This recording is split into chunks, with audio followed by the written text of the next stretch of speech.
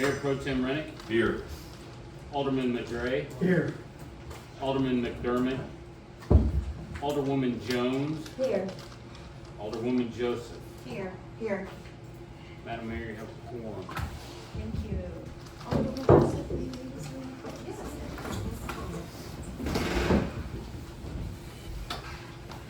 I pledge allegiance to the flag of the United States of America and to the republic for which it stands, one nation, under God, indivisible, with liberty and justice for all. Honor the Texas flag. I pledge allegiance to thee, Texas, one state, under God, one and indivisible. Thank you. Pastor Trey Dowdy, he is with Church of the Living God. Thank you so much for coming tonight. I am honored to be here, just to pray over your meeting, and wanted to start with the scripture. I won't preach, I promise. I'll just read the scripture. Usually my wife, she just does a prayer, but I have a little preaching, so I'll try not to do that.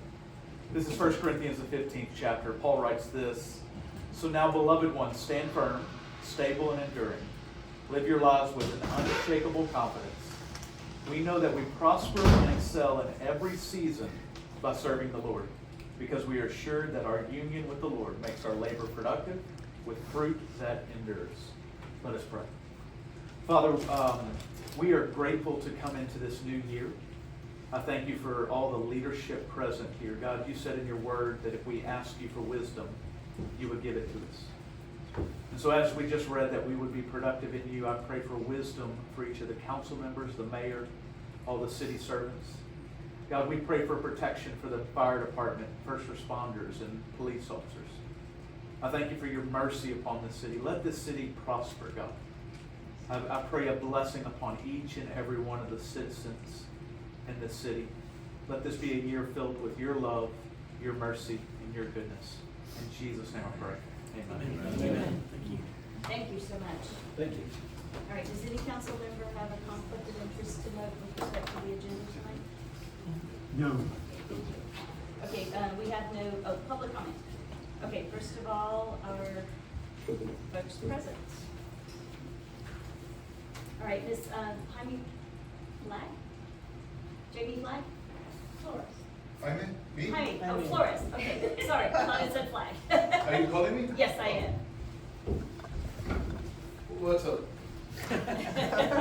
What I do now? State your address. State your name and address. What am I doing? Am I State your- talking? Yes, uh-huh. Oh, Jaime Flores, Uh-huh. 16613 Curlew Road. That's where I'm at. Okay, Okay. So,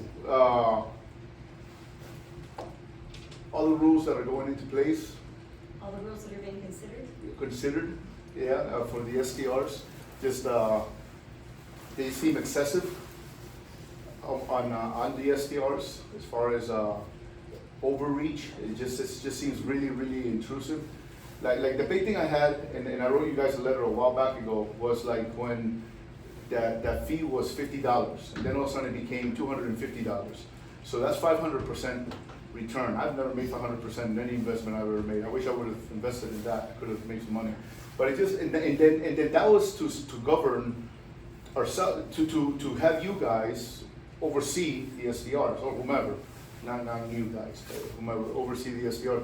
And it's like so you're paying in more to have more rules, and then those rules get really aggressively, from what I can see, trying to be enforced heavily.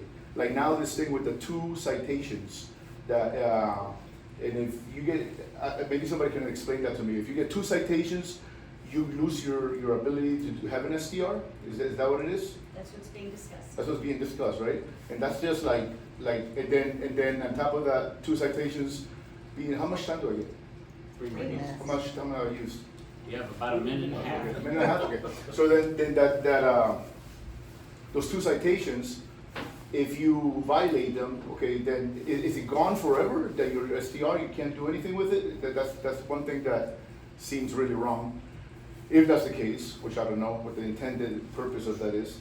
And then like the 24-hour call number that was in that certificate that we had, and now it's gone, so nobody can call us to let us know that a violation has taken place in your property.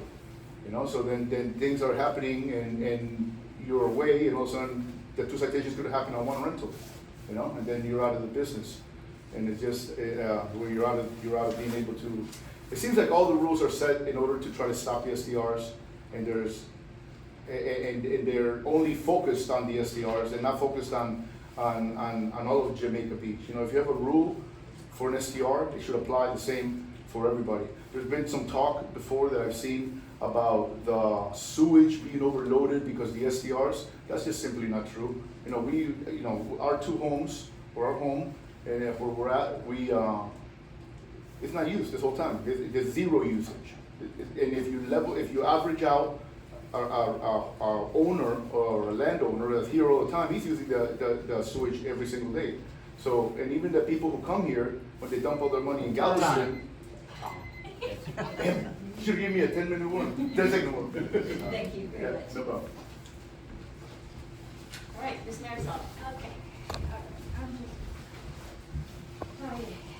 Municipal 16613 Curtis. Okay. All right, so I'm gonna read this. The proposed ordinance is poorly drafted and would do very little to fix the problems it is designed to address, and may even exacerbate those issues. This reality would rather further cut against the proposed amended ordinance's enforceability.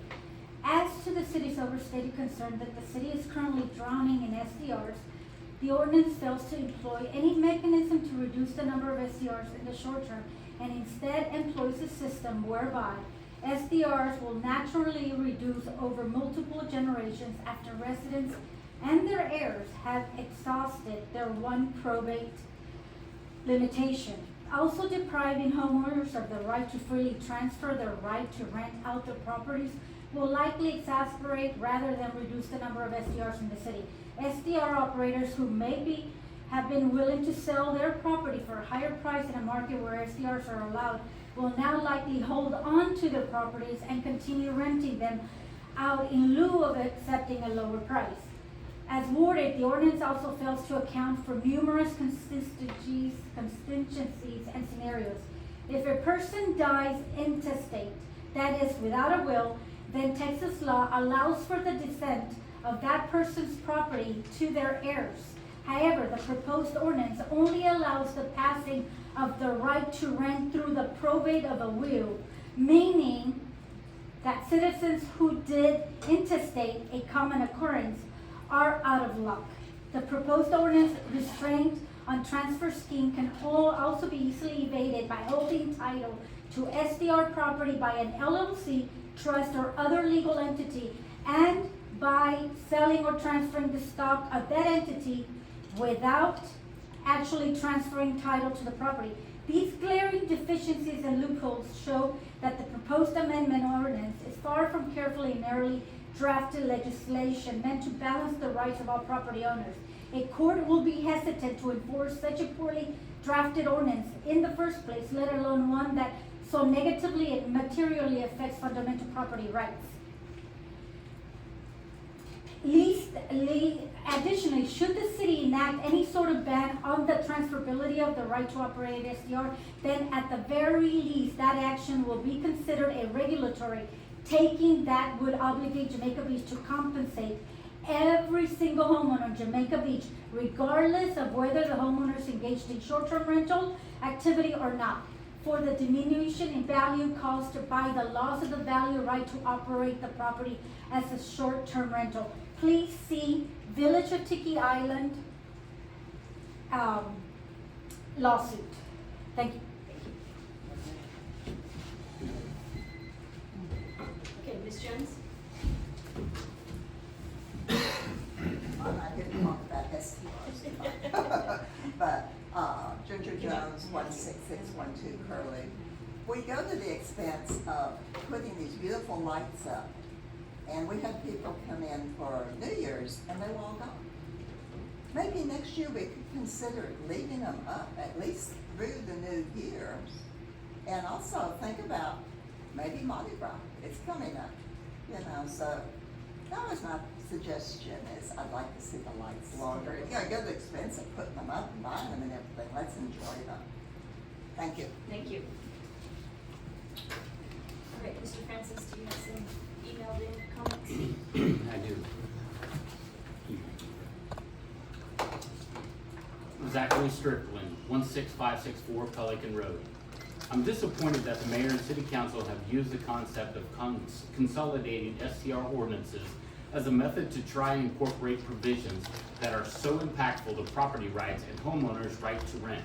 The fact that there is now a provision in the STR ordinance that would revoke a permit for a ridiculous period of time because a renter gets cited for disorderly conduct is egregious. Choosing to exclusively take away STR's property rights due to a single person's actions is outrageous. The STR platforms have a screening process to verify renters meet certain criteria, and we need to trust that process. If laws are violated, then our local city police department should enforce penalties to those violators as needed, but not the property. Why would STRs exclusively be held to this penalty system and not LTR rentals? Think about how unfair that is. The topic of limiting STRs to 10% also needs to be reconsidered. As pointed out in the letter from the legal firm of Mahindra, there's a lot of violations in the proposed ordinance. The city will face a costly legal battle and lose if this moves forward. Please stop this war on STRs and consider a more fair approach, such as the STR committee that Galveston just passed and implemented. Paul Salvo, 16610 Jamaica Beach Road. I want the record to show that I'm against the STR cap and one-time transfer. Also, I'm against the process of revoking an STR license is too vague and easily abused. What we need is to enforce what rules and regulations we already had on the books before all this new nonsense began. Jennifer Odom, 16619 Jamaica Cove Road. Don't mess with our property rights. Just stop. Second of you plan to make us pay online only to renew your STR. You shouldn't charge a fee to do so. There needs to be an alternate way to pay, or it's just another tax. Deborah Tabber, 16916 Jamaica Beach. The addition of the section of revocation of registration number is copied from the proposed STR ordinance in Houston. This ordinance has not passed, nor has it faced any legal challenge. While violent crimes committed by any individual are cause for a major concern in our community, our police reports do not reflect this level of criminal activity in JP. The inclusion of a Class C misdemeanor disorderly conduct seems to be a catch-all gotcha for revocation of a permit. Conviction of a disorderly conduct charge hold the same penalty as a traffic ticket. No other homeowner in JB is subject to civil penalties imposed by the city because of the actions of a guest or family member in their home. Do you intend to pass some civil penalties if a full-time resident commits any of these offenses? Our monthly police reports have instances of domestic disputes. Are you planning on creating some absurd ordinance banning marriage and families in JB? Do you plan on passing an ordinance that will have the authority to close down a restaurant for a full year if they have a couple of health code violations or happen to serve lunch to a sexual deviant? Big picture here, Mayor Bauer. This ordinance will cause a higher instance of unreported, unresolved crimes at STR, as responsible owners that currently closely monitor their homes will be hesitant to call for any police involvement if a problem should arise at their home. Any such involvement with law enforcement action would be inviting an arrest or Class C ticket for disorderly conduct, and therefore subjecting the owner to revocation of their permit. This only proves to me that the members of this council do not want to peacefully coexist with an STR. You will be opening the city up to a major civil judgment if an owner is injured while trying to deal with an unruly guest or neighbor without the presence of police because of the threat of loss of their permit through the language in this ordinance. Robin Harris, 16529 Anchor Way. Good evening, Mayor and council members.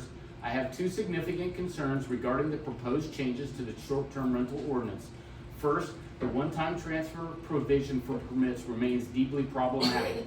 As written, it limits our ability to pass permits to our heirs, effectively stripping future generations of their rights. Second, the provision allowing the city to revoke permits for 2 violations within a 12-month period is overly broad and unfair. While I understand the intent to address nuisance properties, this provision creates significant risk for responsible property owners. Many of the listed violations are entirely outside our control. For example, a neighbor with a personal vendetta could repeatedly file complaints or involve the police unjustly, putting our permits in jeopardy without due cause. This approach is not fair or a measurable way to identify true nuisance properties. I urge the council to revise this provision to ensure that violations are thoroughly investigated and proven to be valid before impacting an owner's permit. At a minimum, there should be safeguards to prevent frivolous or malicious complaints from unfairly penalizing responsible property owners. We need a framework that respects property rights, ensures fairness, and targets true nuisances without creating unnecessary burdens for the majority of the responsible short-term rental owners. Andrea Spearing, 16617 Jamaica Beach Road. I would like to address the proposed combined STR ordinance, citing the 4th paragraph on the first page, whereas the enforcement staff and administrative staff necessitates the cap on number of STRs. What necessitates this cap? Have there been any studies that show strict enforcement of existing ordinances does not work? This is not something JB has done over any length of time. There are several parts of the proposed ordinance that are new and not labeled as such. In comparing existing STR ordinances with the proposed ordinance, there are several issues that appear. Section 2 mentions amended, when in reality this ordinance is to replace. In definitions H, 12-month period, will this be the same every year? How will the city handle all STRs registering at the same time? I understand there will be an online system, but that does not ensure efficiency or timeliness. Regarding the maximum number of STRs, why do this now? Allow the existing ordinances to be enforced for a full calendar year. Also, have strict enforcement of any ordinances that affect the quality of life in JB, whether for STRs, part-time, or full-time residents. Then, use statistical analysis to determine whether issues are truly with STRs or just with the perception of STRs as the root of all problems within the city.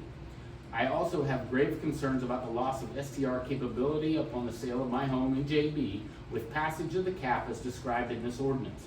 This infringes on my property rights as well as affects the property value of my beachfront home. To my knowledge, there are no full-time residents on the beach side of 3005. Not all are rentals, but few, if any, have homeowners 12 months of the year living in them. So what happens when these homes are sold? In summary, this document needs serious editing prior to consideration. Also, the city should delay consideration of any new STR ordinance until at least one calendar of strict enforcement, not passage, of any and all ordinances within the city. I strongly oppose a cap on STRs as well as loss of STR capability upon sale of my home. Okay, thank you. All right, we have no special presentations tonight. So for our announcements, a reminder that the first day to file for candidates for the May election is Wednesday, January 15th, and the last day to file is Friday, February 14th. And on Friday, February 14th, City Hall will remain open until 5 p.m. If you decide last minute that you want to run. So during this election, we have 2 council seats up for election, Alderwoman Jones and Alderman Madre. Their 2-year term is up, and my 2-year term as mayor is up. So those are the positions that are open. If anybody's interested, the packets will be up here at the front. Yeah. We'll have copies of the packets with the application for a candidate. We'll also be giving those online. Yeah, and they'll also be online. Also a reminder that the city offices are closed on Monday, January 20th. And then on Friday, January 24th, we have a cooking class with Chef QC Benson at the Park Pavilion. I think she's doing burrito tacos. And there's no charge for this class. In the future, if there's interest, I might try to do some more, but there'll be a charge for future ones. Self-defense class is January 27th at Seaside Church. And then we've got another bingo night coming up on Friday, January 31st. We'll hope that January 31st wouldn't be like the weather tonight. Okay, next is reports from directors, police, and fire. So, Mr. Francis? Thank you, Mayor. I'll be very brief. First, I want to say congratulations to Officer Reggie Batiste. He was named the best cop in Galveston.com's Best of the Island contest. So he's got some bragging rights around the office right now. So we're happy to support that. I do a lot of talk about STRs. I do want to get out some information that, as mentioned, we are implementing a new online system. It's called MyGov, and it'll be used for registration and payments. Registration will begin Monday, January 20th, which happens to be a day that City Hall is closed. But this is an online. You will go online to register. Staff will be monitoring those registrations that day because there are some approvals that staff has once someone initially logs in and creates a profile. We will have to approve those, but we will be monitoring that, and then that registration period or re-registration period will run through February 3rd without any penalties, and then we will be getting out some instructions on how to utilize this new platform, and then obviously if you have questions, we will be fielding those as needed. And then something of public interest, we've been told that there are no more post office boxes available to rent here in Jamaica Beach, that the ones we have are completely full. I've been working with the post office to try to identify a vendor for new boxes. Apparently we're required to buy them and have them installed. But I was back at the post office last night before our meeting, and they still can't provide me with the contact for the approved vendors. So we are working on that, but we have had some citizens come say that they've tried to set up a post office box and have been unable to, just simply because we're full. And so we're trying to figure that out. I know when this happened, 7-8 months ago, and Mike, our old mailman, we actually had about 15 abandoned boxes that were identified. I don't know if those were ever officially abandoned. So a question, I could we ask still that need to question. pursue more Yeah. boxes and where we might be putting those, but I know there were some. I just don't know if all 15, I don't remember the exact number. Mayor? Yes. I remember, under Clay's administration, that the city bought the new boxes. Those were not, we didn't buy it from the post office, and I think still have where we bought it from in an email.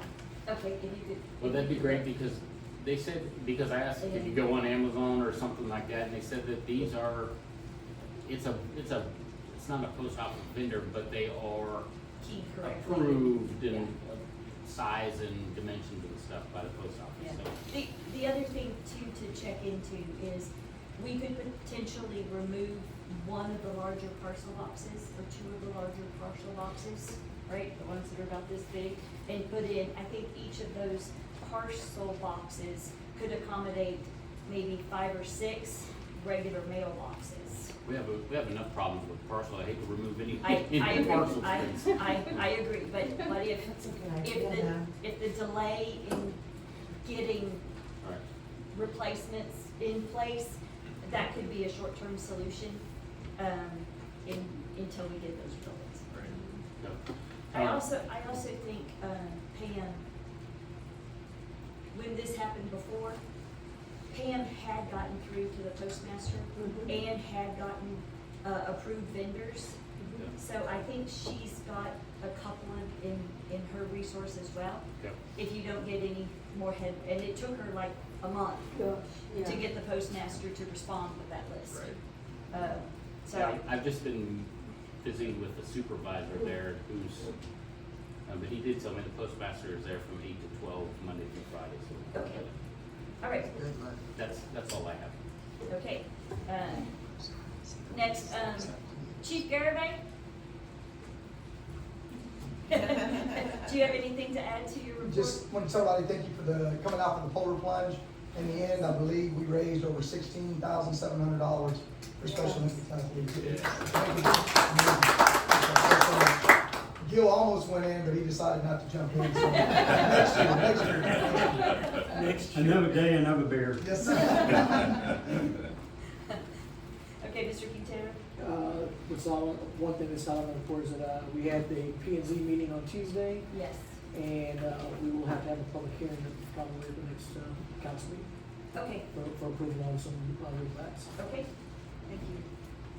And I believe we have Nathan Martin's here to give us an update on. Chief Garrity didn't want to say anything, I don't. Come on. We just like to hear you talk, Nathan. I'm not Chief Cowley, I'm Nathan Martins, the president of your Jamaica Beach Volunteer Fire Department.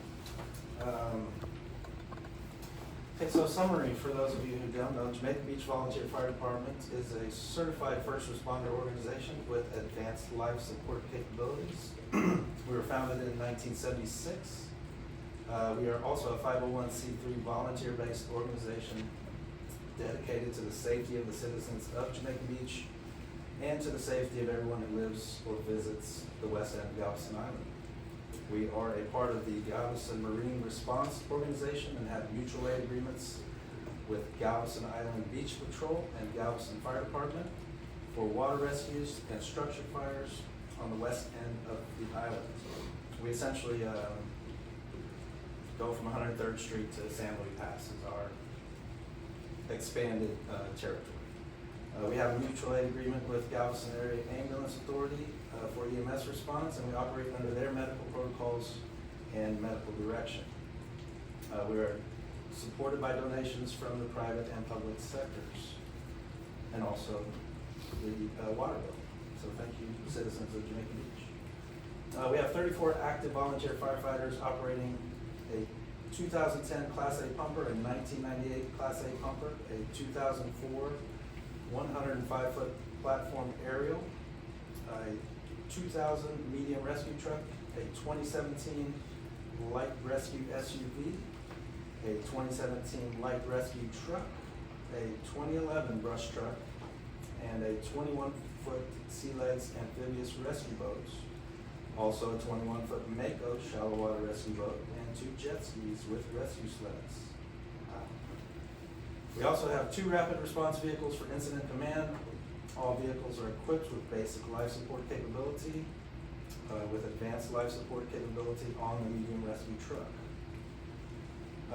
JBVFD has an automatic mutual aid agreement with Galveston Fire Department for all structure fires on the west end. And conversely, GFD will assist us with structure fires in Jamaica Beach. They're automatically called to any structure fire that we have. Oftentimes they get here before some of our other trucks, which we don't care for, but it's the, we're a volunteer organization, we have to mobilize before we can get there, so. We also have an automatic aid agreement with Galveston Island Beach Patrol to assist with any water-related rescue on the west end. Additionally, we perform water rescue searches in West Bay as a mutual aid to the United States Coast Guard. I will tell you that we run more calls in West Bay than the Coast Guard has in a decade. You call the Coast Guard and it's in West Bay, they're calling us. And then you're out in your boat. Yeah. Your rework boat. Member of the Galveston County Firefighters Association, which is where Kyle is this evening. We also have a mutual aid agreement with all 17 fire departments in Galveston County. We are a founding member of the Galveston Marine Response, which is made up of first responders from Jamaica Beach, Galveston Island Beach Patrol, Galveston Fire Department, Galveston Police Department, Schlitterbahn Water Park, the Texas State Park Police, and UTMB Police. The GMR is set up to operate in any water-related emergency under the direction of the Galveston Emergency Operations Center. JBVFD is funded entirely by private donations and grants. We have an ISO rating of 3 on a scale of 1 to 10, 1 being the best, so we're closer to the best than the worst, which contributes to lower homeowner insurance premiums for residents of Jamaica Beach. Nathan Martins, I'm the president. Our vice president is Eric Dawson. Treasurer, Lauren Dawson. Secretary, Randy Thompson. Kyle Baden is our fire chief. Lynn Funling is our assistant chief. Kyle is also the acting fire marshal. Woody Green is the assistant fire marshal. I'm also the safety officer. We have an infection control officer, Randy Thompson. Kyle is also our EMS director currently. And we are under the medical direction of Dr. Kent Park. So an update for 2024. During 2024, JBVFD responded to 263 calls for service, with 36 of those being mutual aid or automatic aid given. At a high level, 14 calls were fires, 140 calls were rescue or emergency medical service, 32 were for a hazardous condition with no fire, 31 calls were good intent or false alarms, and 46 calls were service calls. As a comparison, for the full year of 2023, we responded to a total of 234 calls for service, with 48 of those being mutual aid. The breakdown of these calls, 25 calls were fires, 1 call was an overpressure or rupture, no fire, 128 were rescue or emergency medical service, 24 were hazardous conditions with no fire, 28 were good intent or false alarms, and 28 were service calls. So year over year, we were up 30 calls, roughly. We responded to 2 structure fires in Jamaica Beach during the last year. Both were minor fires with no fatalities. We responded to 7 structure fires in Galveston as a part of our automatic mutual aid agreement. We also responded to 2 brush fires, 1 recreational vehicle fire as mutual aid, and we performed 6 standby assignments covering the west end while Galveston fought 2 alarm fires. So Galveston drops a 1 alarm, that's 4 battalions. When they drop 2, they pull station 8, pull station 7. So typically, command will call us and ask us to cover the west end of the island while all of their units are tied up. So that could be anywhere from an hour to 6 hours to 8 hours waiting for them to be done. We responded to 14 water rescue calls during the year as part of Galveston Marine response. In addition, we responded to 4 EMS calls as mutual aid to Galveston when their units were tied up, and we responded to 3 motor vehicle accidents to assist Galveston with multiple patients. We also responded to 2 instances of power lines down while Galveston units were tied up on other calls. We are part of the Galveston County naloxone program, and as such, we report our usage or administration of each month. We had 0 administrations for the 2nd straight year. We had 2 members complete firefighter certification during the year and had 2 additional members join the department. 2 members completed their advanced EMT and 1 member completed advanced firefighter certification. For incidents, volunteers contributed 692 hours this year, and for training, 674 hours, for a total of 1,367 hours of volunteer time contributed. This does not include countless hours that were contributed to the fundraiser or time spent working with the chili cook-off or any other non-tractable work that our volunteers have done. In 2024, we received a donation from the city of a 2015 21-foot Mako. We were able to add forward-looking infrared, night vision, radar, and side scan sonar, as well as 2 power poles to get this boat in service as a bay response boat.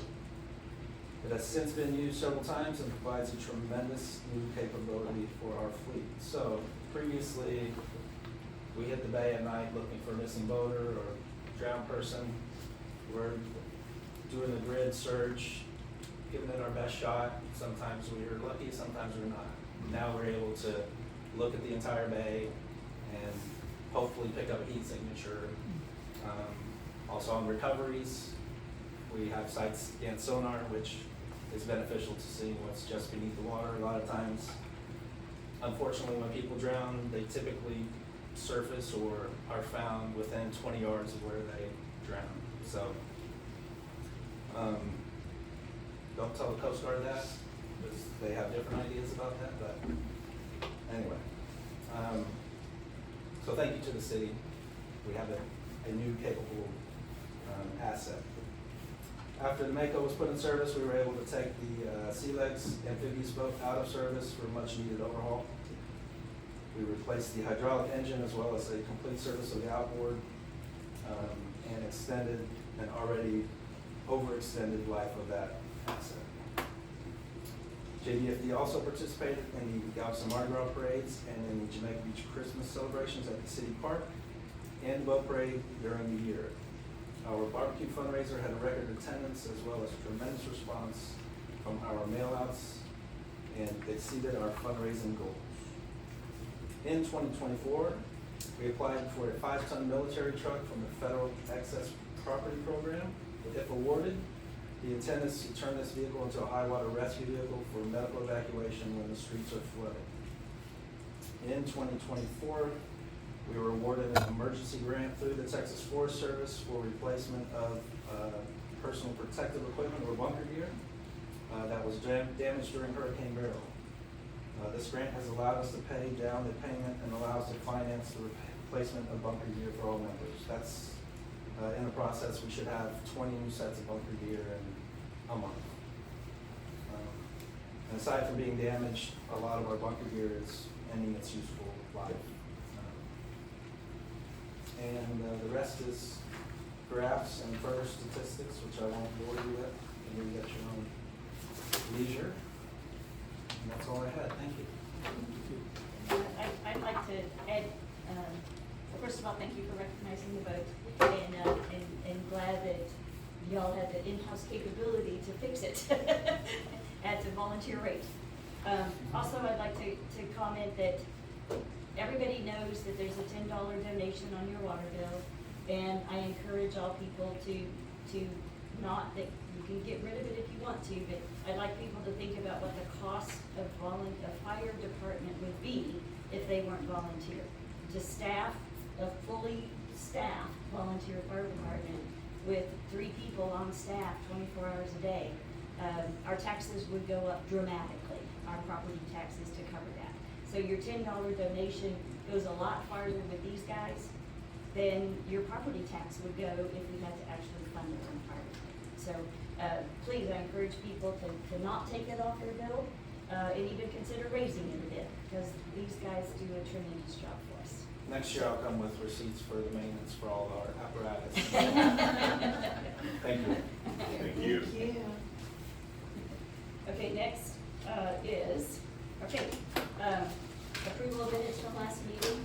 So do I have a motion to approve the minutes from the regular city council meeting on December 12th, 2024? I make that motion to approve the minutes of the last council meeting. Okay, do you have a second? I'll second. Okay, all in favor of approving the minutes as posted? All right, thank you. All right, next on the agenda is discussion and consideration of joining the Texas Municipal Retirement System. Yeah, comments from, Oh, comments sorry. from. Oh, yeah, it is. Okay, yes, sorry. Next is comments and reports from members of council. And Mr. Madre, you're up first on the list today. Do you have anything to add? Yeah, it's probably nothing to cancel. I didn't do a lot of my prep work because I got all tied up with Jimmy Carter's funeral. Politics aside, I think we all had a lot to learn from what that man did and how he lived his life. You know, he grew up in that house with his parents and his family. No running water, no electricity. A minority in that camp. When he ran for governor, he was so unknown that they just put an asterisk by his name. You know? So, I just like to mention that maybe We all have a lot to learn from Jimmy Carter. Thank you. Alderman Joseph. Thank you, Mayor. I just wanted to also hope that everyone had a blessed Christmas and Hanukkah, and, because we haven't seen you since then, since our last meeting was before the celebrations.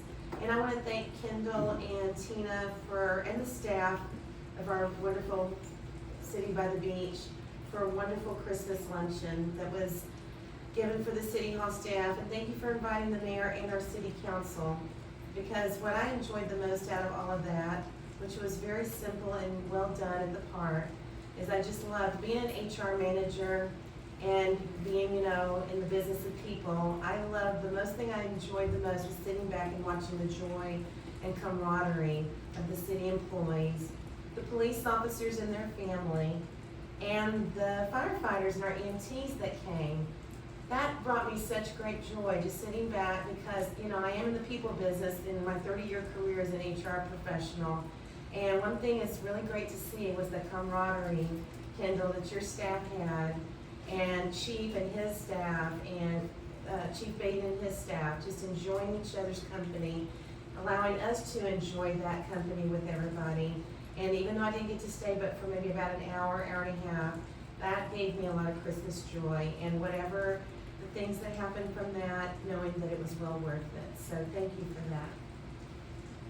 I also participated in the polar plunge. I did it for you, Gil. I followed Elvis, and I can't believe I did it. But it could not have been more enjoyable. And and we had a lot of people cheering us on, so I'm still recovering from that, I feel, by the way. And then Happy New Year, everyone. It's great to hear that this year on New Year's Eve night, it was great to not hear many fireworks.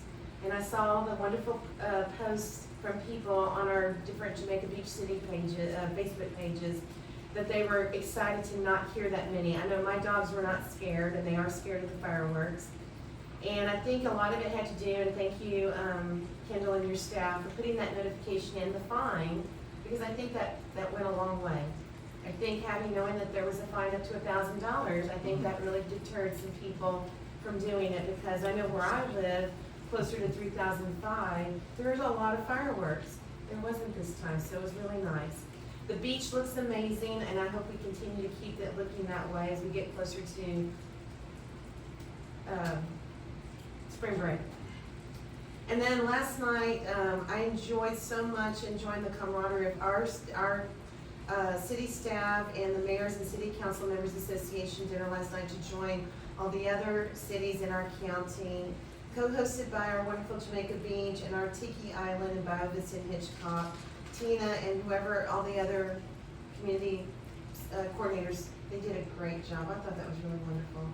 And then last but not least, I did post on the Jamaica Beach Facebook pages about the Daily News, the oldest newspaper in the grand state of Texas, is hosting a coloring contest for kids up to the age of 12. So I hope that Jamaica Beach might have some representatives in the coloring contest. Let the good times color, as I put it, so let the good times roll with the coloring. And it's due by February 7th. That's all I have, Mayor. Thank you, Mayor. I want to say something about, to add to what you had to say, Gil, about the Jimmy Carter's funeral. I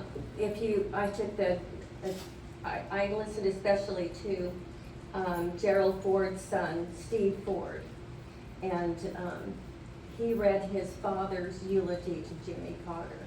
And if I found it on YouTube and put it on my Facebook page. It's only about 10 minutes, but it's an extraordinary, loving, and kind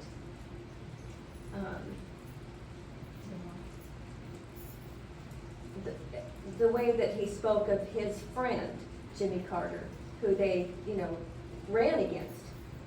And I would hope that we would always try to be kind to each other. We may not agree on things, but if we can be kind to each other. It set a fine example for me.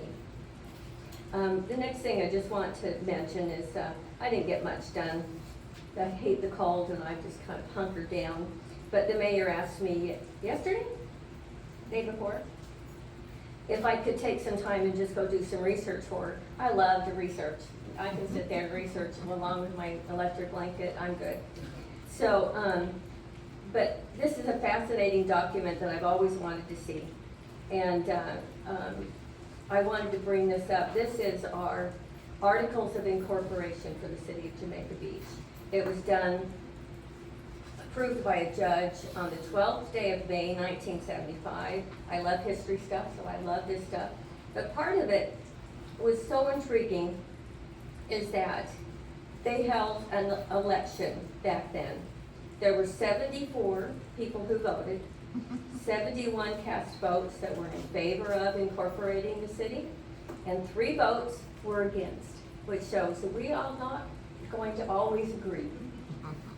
And that's all I have for you, but I would like to give this to you. Oh, thank you very much. I emailed it to you, of course, but I'd like, you'd like to have a paper copy. I do.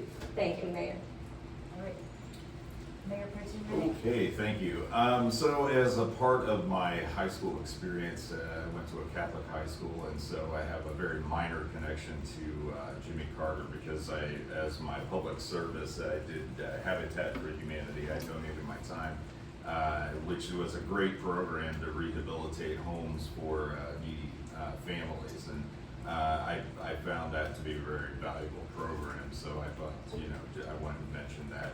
I thought it was very rewarding, and it was something, that was indicative of the man, right, and his giving back to the country. And then I believe today is National Law Enforcement Appreciation Day. Chief Gervais, thank you very much. If you could please pass on our thanks, and if anybody sees a police officer, please thank them for their service. And give them a star. Give them a star, absolutely. The polar plunge was great. My wife Gina was responsible for a little over $10,000 in donations. So we thank all the donations and all of the people who donated to the cause. It was fun. I enjoyed being Elvis. I did speak to Santa and Mrs. Claus. I haven't been here since after the event, and they wanted to thank Jamaica Beach for welcoming them, and that they were able to give the Grinch a thrashing, and wanted to thank Chief Gervais as well for apprehending the Grinch for us. That was a lot of fun for them, and they wanted to pass on their thanks. And then for Ginger, we spoke to Jose, who's responsible for beautification at JBIC, and per your request and the request of others, they're adding purple lights to the promenade, the lights on the promenade for Mardi Gras, so your wish is their command. That was And, quick. yeah, I mean, we're working hard for you, so we got that taken care of. And then one last note, kind of a very sad note. Personal friend and resident Terry Nichols passed away within the past few weeks, and she lives over off of, or she had lived over near the Bayside, and I just wanted to ask that everybody keep her and her family in prayers, and that's all I have. Thank you. All right, now, next on the list is discussion and consideration of joining the Texas Municipal Retirement System. Do I have a motion to discuss? I'll make that motion to discuss joining the Texas Municipal Retirement System. No second? I'll second. All right, Kendall, if you'll introduce our speaker. Well, I'll start off by introducing our speaker, Mr. Anthony Mills, is with with TMR Estimate, Texas Municipal Retirement System, and just a prelude to that. As you can see in your packet, we currently have a retirement system here for the city that is a 401. I believe it's an 401A because we're a government. It's that style of retirement system. But ever since my arrival here, we've been talking about transitioning to TMRS, and I know Mr. Mills has met with the city multiple times prior to my arrival to discuss this, but with the new year, we finally got around to pursuing this a little bit more in depth. He is here to talk about what TMRS is and the benefits it would bring to our employees. And so I'm gonna turn it over to him. Thank you very much, Kendall. Good evening, Madam Mayor and members of the council. I'm Anthony Mills, Director of Education Services at the Texas Municipal Retirement System. And I know I speak for our Board of Trustees, our Executive Director, David Wesco, and all the staff at TMRS when I say it would be an absolute honor and a privilege to have the city of Jamaica Beach join TMRS as our 941st participating city. Of course, every city that's joined TMRS since we began operation in 1948 joined voluntarily. Most of them did research similarly to what you've done here at Jamaica Beach, but I'd just like to just take one moment of personal privilege, Madam Mayor. We had spoken to Jamaica Beach for several years, several times before the last couple of years. But I was asked to come and speak to the mayor. And I just want to say, it was one of the best meetings I've had with any chief executive of any organization that I've ever worked with. She asked all the right questions. She did not shy away from questions that would have been tough questions. She made sure she had all the details. And then she followed up on those details. And then she followed up again on those details. Very deliberate approach that the city has taken in coming to this evening, where we have provided for you an actuarial analysis to show what it would cost the city to join. But before we get into that, I think it's worth making sure that everyone else gets an idea of what the mayor learned about TMRS, what your city administrator has learned about TMRS, and even your staff. We were asked to come out and visit with staff so that they could ask questions.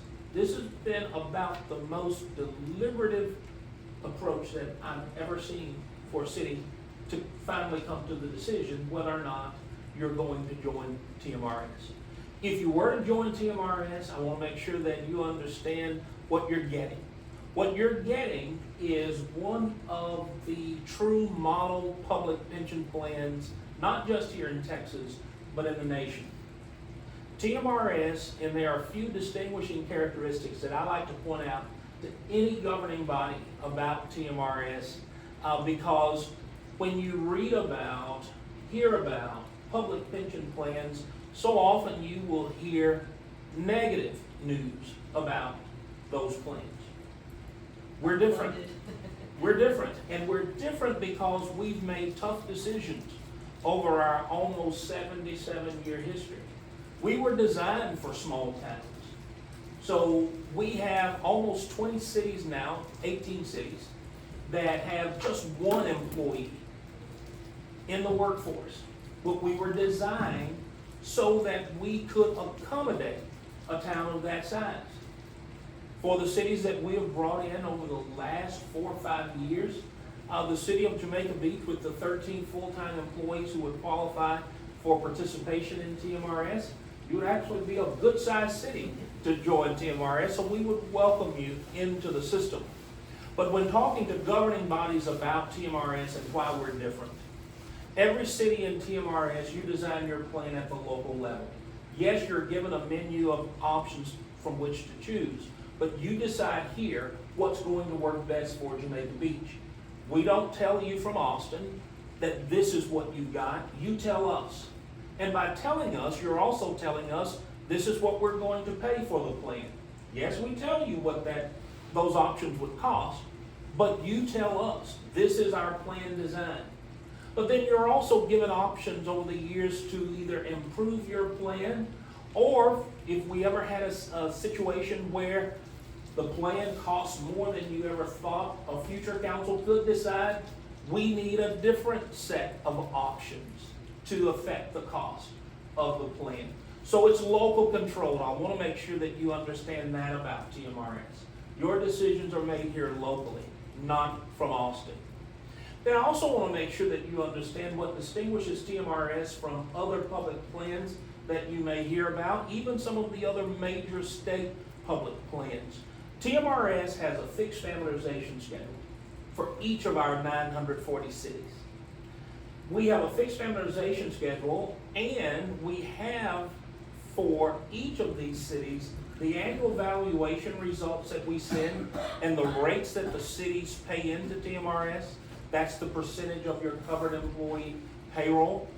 That ensures that you're on track each of those years of your fixed amortization to fully fund whatever benefits you promised to your workforce, that you will have accrued the assets on the city side that are needed to fund that lifetime retirement benefit. So a closed amortization schedule, it may sound like, oh, that sounds good.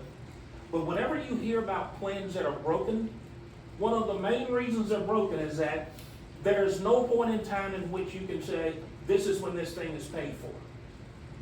That's not TMRS. So that's a distinguishing characteristic. We have a diversified investment portfolio.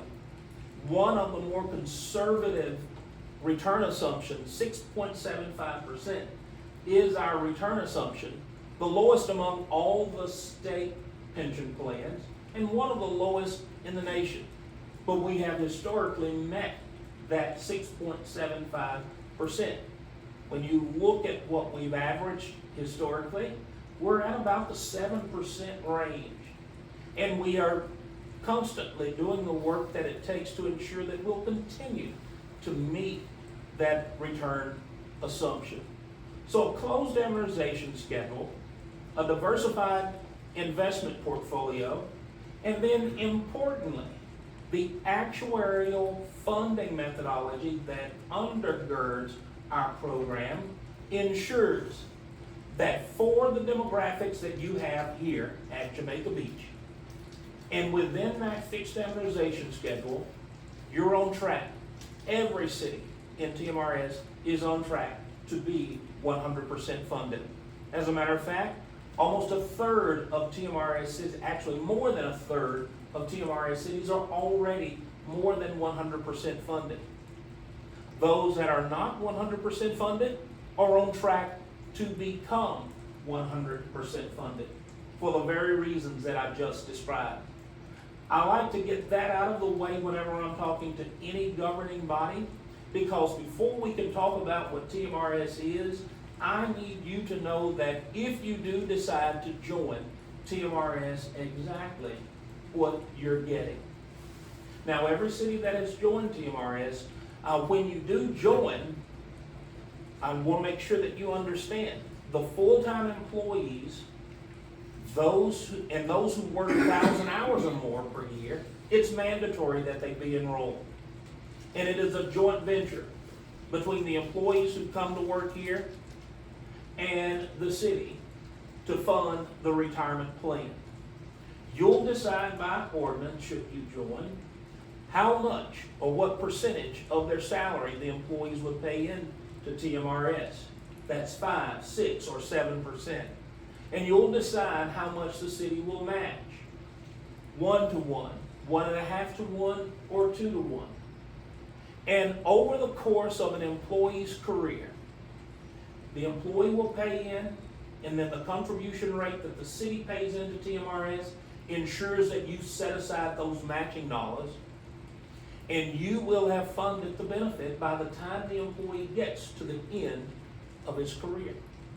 It really is that simple. It's that simple. But I want to walk you through this evening the actual actuarial analysis that we provided for you in the packets that we brought in this evening. And you can see here, we have run 9 different scenarios based on the demographic information that was provided to TMRS and we submitted to our actuaries. What we're showing you here is the difference between these, or among these 9 different plans. When you consider the 5% employee deposit rates and whether you're gonna match on a 1-to-1, 1.5-to-1, or 2-to-1 basis, I wanna show you what that would mean in percentage of payroll and what it would mean in actual dollars for the city that you would pay into TMRS. Now, based on the data that we got from the city, we would estimate that a payroll of 785,000, right at 786,000, would be your payroll. You would pay into TMRS a percentage of that payroll. Those are the 13 employees who would be covered in TMRS based on the information that was provided. And let's just look at Plan 1, 5% employee deposits, where all employees are paying in 5%, and the city is matching on a 1-to-1 basis. The cost of that would be 2.18%. That's assuming that you also include the supplemental death benefit, which works much like a life insurance benefit, where if an employee were to die as an active employee, whether that person is vested for a retirement benefit or not, TMRS would pay 1 times that member's annual salary to his beneficiary, and then whatever benefit that person has worked for and may be eligible for survivor payment, that beneficiary could also draw that ongoing retirement benefit. Okay? That's the supplemental death benefit for active employees. You can also cover your retirees. So when a person retires from Jamaica Beach, in addition to the retirement benefit itself, that supplemental death benefit, instead of it being 1 times the annual salary, it would be a $7,500 lump sum death benefit paid when a retiree passes away. 2.18% of your payroll. So if you were to do the math on the $785,872 payroll times 2.18%, it should add up to $17,132. That would be the annual contribution into TMRS. As far as your unfunded actuarial accrued liability, it would be 0. And here's why. You would come into TMRS with no unfunded liabilities because you've already got a retirement plan. While TMRS, we would grant credit to your employees for all the time that they've given to the city for their tenure prior to joining TMRS. All of that time would count toward their vesting. 5 years of service is what it takes to be vested. However many years they've already worked would count toward those 5. 5 years and age 60, they're eligible to retire. If you have any one on those 13 employees who has already worked for 5 years and is already age 60, if you were to join TMRS this month, your effective date would be March 1st. That person is eligible to retire March 31st. But what are they eligible to get? 0. That's why you have 0 liabilities, because you already have a retirement plan here.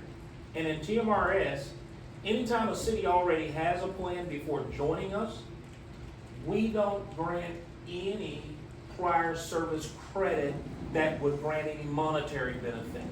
And that would include liabilities if we were to do that. But we do grant the time credit. The time credit is granted, but no monetary benefit. So that is why there's 0 unfunded actuarial accrued liability. Now, I don't need to walk through all 9 because it's as simple as Plan 1 that I just described to you. If you were to go in Plan 2, you'd see that you're bumping up the match to 1.5 to 1. Or Plan 3, 2 to 1. And if you were to run through all 9, you could go to the plan that would show you the richest benefit, which would be a 7% employee deposit rate and a 2-to-1 match. And that would cost the city 7.65% of your payroll, same payroll number, but the dollar contribution by the city would be $60,119. And all employees will be paying in pre-tax 7% into TMRS. Now, that's the math. That's what it looks like on the actuarial side. You may have questions about the benefit itself, and I won't go too much into detail, but I would like to give you enough so that if you do have questions, it may trigger some of them while I'm here this evening. On the benefit side, I mentioned 5 years of service is what it would take for an employee to actually be vested in TMRS. Those of you who work in the private sector, when you hear vested, it means something a little different than it does in TMRS. In the private sector, when you hear vested, what it means usually is if I were to terminate as an employee, I have the right to the dollars that I've contributed toward retirement and the right to the dollars that the employer has contributed, and I can take it with me. Well, that's not what it means in TMRS. What it means is that you've worked long enough now that if you were to leave your money on account with TMRS, if you're not already retirement eligible, when you become retirement eligible, we can convert your money and the city's contribution to a lifetime retirement benefit, a monthly benefit paid for life.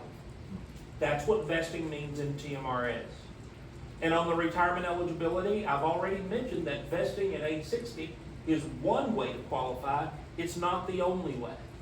If you have someone who works for 20 years for Jamaica Beach, that person is eligible to retire after 20 years of service, no matter the age. No matter the age. Age is important, though, on the benefit side when we look at the way that TMRS calculates the actual retirement benefit. I'd like to give you an example. You could have 2 employees that you hire to work at Jamaica Beach on the same day. And they're both going to work for the city, hypothetically, for 20 years. And they're both going to have the same salary. That means they're both going to pay in, because in TMRS, all employees have to pay in the same percentage that's been adopted by ordinance. So let's just say that you've adopted a 5% one-to-one plan. All employees are going to pay in 5%. All employees are going to be matched 1-to-1. So these 2 employees have the same dollars going into TMRS. We're going to pay interest on their accounts annually, 5% per year, to grow their money. And the city's match grows right alongside it. And now 20 years into the future, they're both eligible to retire. Now here's the only difference in these 2 employees. On day 1, that first employee was 20 years old. So 20 years into the future, he's 40. The other employee who worked side by side doing the same job hypothetically for 20 years and getting the same salary means he's got the same account balance. The difference is he was 40 on day 1, so now he's 60. TMRS, we are a hybrid cash balance design plan. And it's the cash balance that starts out calculating the retirement benefit. But it's the age that tells TMRS how we need to divide that cash balance to convert it to a lifetime monthly benefit. So in TMRS, we look at life expectancy. Based on your age, it tells us what annuity purchase rate, what the divisor should be for each employee who retires. And we've done that since 1948 when we began. It is that formula that converts the cash balances, the city's money and the members' money, to a lifetime stream of income for the retiree and then for a survivor should he leave one. Will reduce his benefit actuarially based on his survivor's age or beneficiary's age and the difference between the two, so that the pot of money will last not just one lifetime, but for the remainder of that survivor's lifetime, should he choose to leave a survivor lifetime benefit. Now that in a nutshell is both the benefit side of it and it is the actuarial, the numbers side of it. I'd like to open it up for any more questions that you might have as you deliberate whether the plan ultimately makes sense for you and the employees who give service here at Jamaica Beach. Yes, Madam Mayor. For your amortization schedule, your annuity calculator, what does your interest rate that you use in that equation change based on prime or based on anything else? No. Or is it historically compared to what your average interest is? The annuity purchase rate, those factors are truly determined by life expectancy. It's separate from the benefit and how it accumulates. Yeah, but Because once you retire, so I've got $100,000 Mhm. in my retirement fund, right? Yeah. Between what I put in, what the city put in, and what it earned over my 20 years of service. Sure. So I've got $100,000. And on a typical annuity, right, which is what you're calculating, I say this annuity is gonna pay out over 24 years because our calculation says average life expectancy is 74, right? Sure. Okay, so there's an interest, I'm still earning interest on that money as it declines. That's right. So does that interest rate change over time that you calculate, or is it based on the 5% that you use to calculate the cash It's- value of your benefit? It's based on the 5% that was accruing on the monies leading up to the actual conversion to the annuity. Then at the annuity, when we convert the cash balance to the lifetime retirement benefit, you're exactly right. What the annuity purchase rate actually is, when we say that we're looking at the life expectancy to decide how to divide the pot of money, what we're really doing, if you were to dig in, is we're looking at the diminishing value of that cash balance, and it's fixed. And it's fixed at the point of retirement. That number does not change. It doesn't continue to earn interest over the next 20, it doesn't, No, we pay the future interest to that cash balance Oh, so you that do. You it bring- pays okay. out for the Okay. rest of the lifetime. okay. all right. That's how we don't run out of money. Okay, all right, I got you. I have another question about, Kendall, does every employee understand that what's in principle right now, that that's their money? If they draw it out, they have to pay tax on it because it was put aside pre-tax, but that will not roll over anyway into TMRS, that you can go roll it, and that you can't keep it with principal anymore either. When we cancel with principal, every employee has to take out whatever cash balance they have. And one question we never asked Esther is, does the vesting apply if we cancel? They get the full amount in there, right? Or does the vesting apply? Because none of y'all are invested. Nobody's in vested, service. yes. I mean, I know it's in our city balance, so Right. that, remember, all of that money off Our to the side? forfeiture. Yes, forfeiture account. account, Yeah, that forfeiture account. But do we know the answer to that? We don't, we were We talking were about just that talk- at yeah. staff meeting this week. on- Okay, Yeah. because that's a question we never asked. Right. Is for those non-vested employees, the existing principal. Yeah. So we did bring Mr. Mills in to meet specifically with staff, Right. give this information and give them opportunity to ask questions, because it is a different, a different approach, and wanted to make certain everybody understood what we were proposing, Yeah. and. That it's not a cash and carry plan, right? Right. It is a annual annuity you'll get upon retirement. That is right. You said here, Kendall, that it's a joint contributory, that the current plan at 10%, does that mean that it's a one-to-one? No, Or is so that a- currently, is there no currently, contribution? there's no employee contribution, it's only a city contribution. Ah, I see, okay. And that's also why in the recommendation, and prior to Kendall's arrival, the conversations I had had with staff relating to this transition was if staff wanted this, it was a program that they thought would benefit them if they wanted, that the city would look at keeping them whole, right? Because their acceptance of the job was based on this much free home, and then 10% would be growing in their retirement account.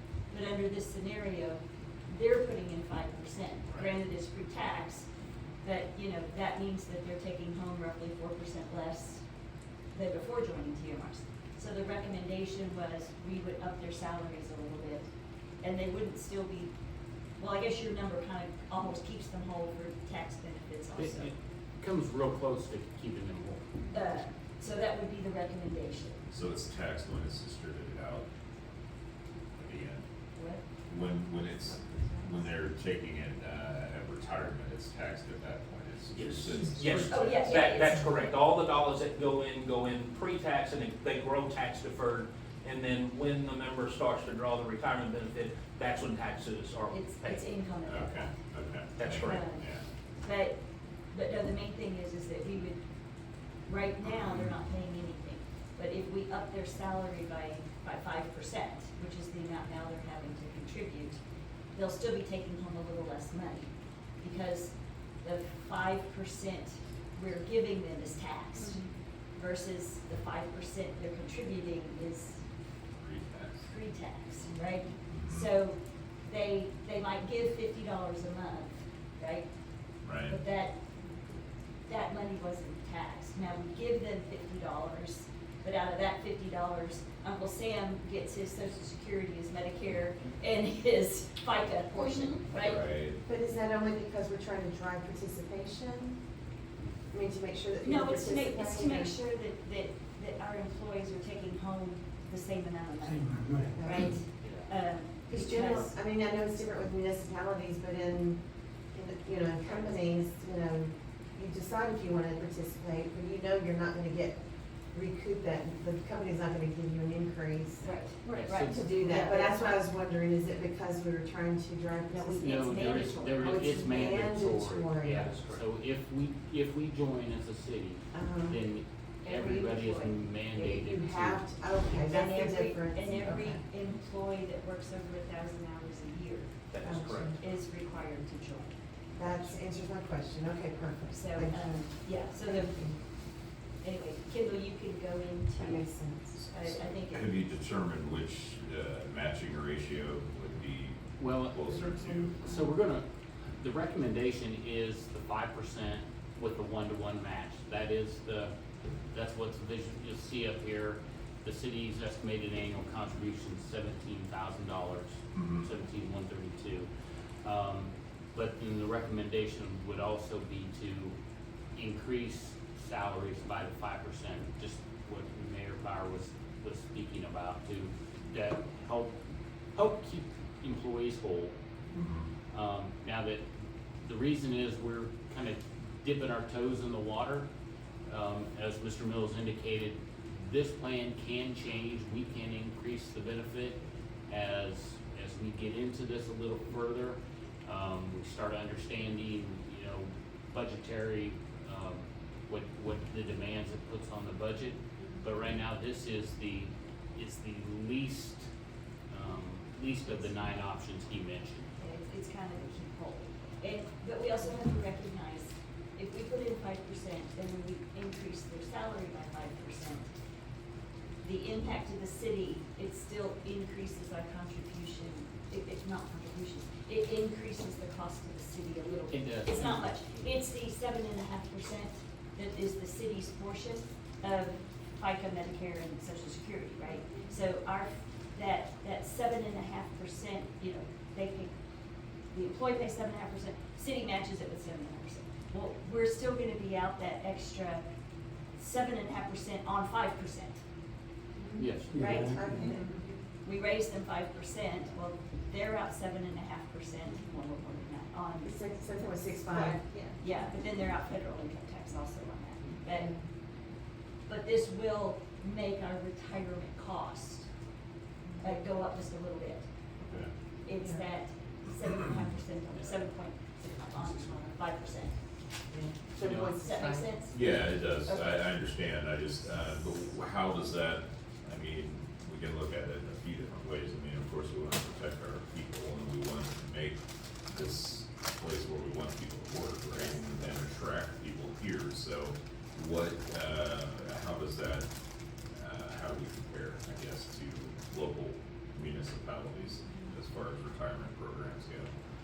We could certainly take a look at what you would consider peer cities. Some of the cities that you mentioned this evening participate in TMRS. Tiki Island is in, Bayou Vista is in, Hitchcock is in TMRS, Nassau Bay, you name it, just about every city in this 45 South corridor participates in TMRS. maybe I shouldn't say this in Galveston County, but Galveston's not in TMRS, but has looked at, could they be in TMRS? That's, you know, just about every city in this area participates in our system. And I'd be happy to pull some peer cities if you want to give me a list, Kendall. I'd be happy to share that with you. I'd like to see that, yes. Those that I mentioned, they do have slightly better than the 5 one-to-one plans. Okay. But it's not uncommon for a city to join TMRS at the outset, small towns to join TMRS, make sure they understand how it works for a while, and then step their way up Sure. to improved benefits. Okay. Thank you.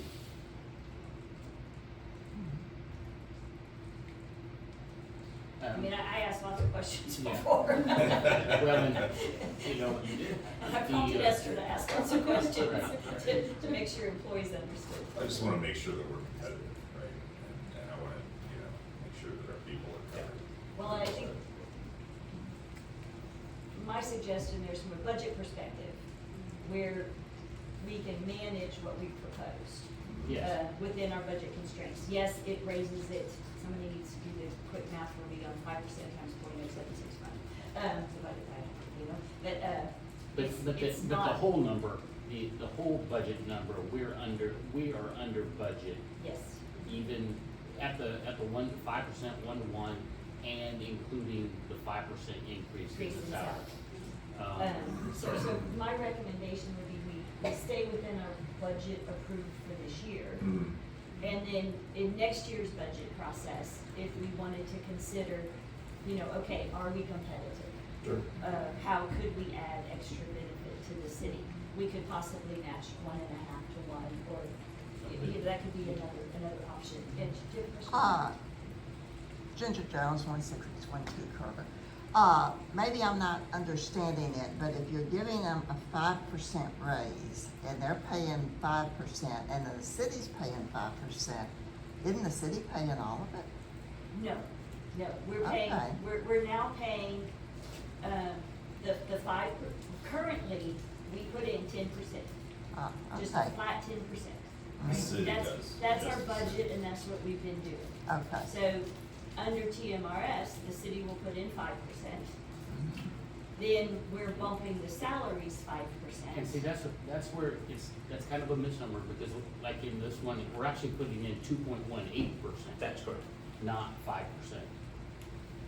Oh, okay, because Yeah. the pay. okay, Increasing right. the salary 2.18. Okay, Right, on the variance. Because, and that's where you see these calculations here. Yeah. This 2.18% is what the cities, or the $17,000, that's what it comes out to in a number. Right. That's what our contribution would be. That's right. oh, so we could, Oh.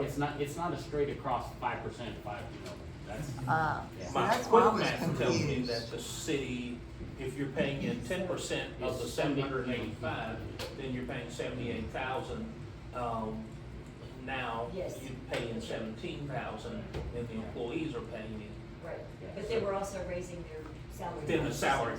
Yeah, Yeah. but 5% of 78,000 is 39,000. Yes. Yes, So and then we are still under budget at this, and that's So we could really. go to 1.5 to 1, and still be within budget. I don't know, I can't say that definitively, I think that, Because But- it says the total would be 3.84%. but yeah, but then you look at the annual contribution, how it raises. I'm more comfortable at the 5% 1-to-1. Yeah. For now. Like I said, we dip our Okay. toes in the water, and then we can Could always adjust as increase it. we're understanding. I'm with Aaron, I would like to see that too, how competitive it is, so that way, And see, and try it out that first year. and I do believe this Right. makes us more competitive Right. as a employer. That's right. Because this is a defined, I call it, right now, we have a defined contribution. This is more of a defined benefit plan, Yeah. right, style plan, And- which, so once you hit that retirement, then it's guaranteed X amount for life, And- essentially. And I know that, right now also, because majority of our employees are 3 years and under, in fact, all of them are, right? I'm getting there. Robert Hill was at 3, but everybody else is 2, not even 2 and under yet. Yeah, joining at this point is, it works pretty well. It is. because we It's don't really, have it's really an ideal training. time for It this, is. for the It's- employees. It's an actuarial game, you've got a young Yes. workforce, Yes. you've got many things working with team. Yes. Robert beat me up. It's all subjective. Thanks a lot, man. Robert, yeah. Yeah, so, You know, and honestly, the supplemental death benefit is a nice benefit That's right. that They currently don't have we that. don't have. Yes, I think the plan benefits way better than what we have. yeah, and also my Overall. understanding, I mean, I've not looked at it, I don't have a principal account to go look at, but my understanding, the earnings from it have been less than stellar over our life in it. Say it loud, say it proud, yes. So, Very good. I've not looked at it, but I understand it's not been so good. It's not. And because we, 20% for 2 years and 40, the way the tiers are, so Right. 6 years and, Yeah. I will say that, the next step would be, as he mentioned, would be passing an ordinance to join.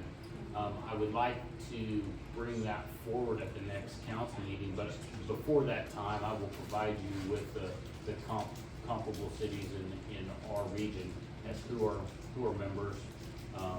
Sure. And, And it's just 2 weeks, right? So we're pretty close. we have a terrific tool on our website.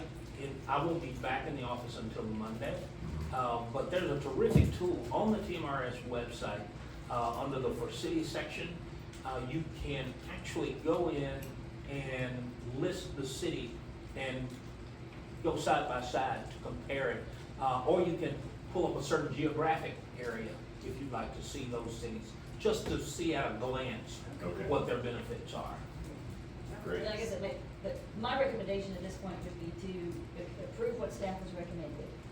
Then let's do the analysis as far as next year's budget, what we might need to do to be more competitive. Are we under a time crunch because of eligibility for that year? No. It's just, this is a good time to do it because of age of service and we have been kicking it around since I became mayor, right? On sort of pushing that button. Oh, I don't have any problem with anything I see here. Okay, The math is good. we'll see an ordinance next time then. yeah.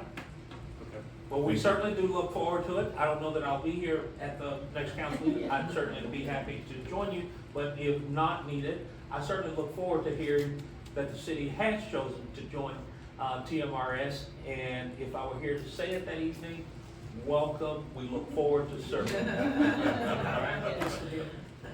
Thank you. Thank you.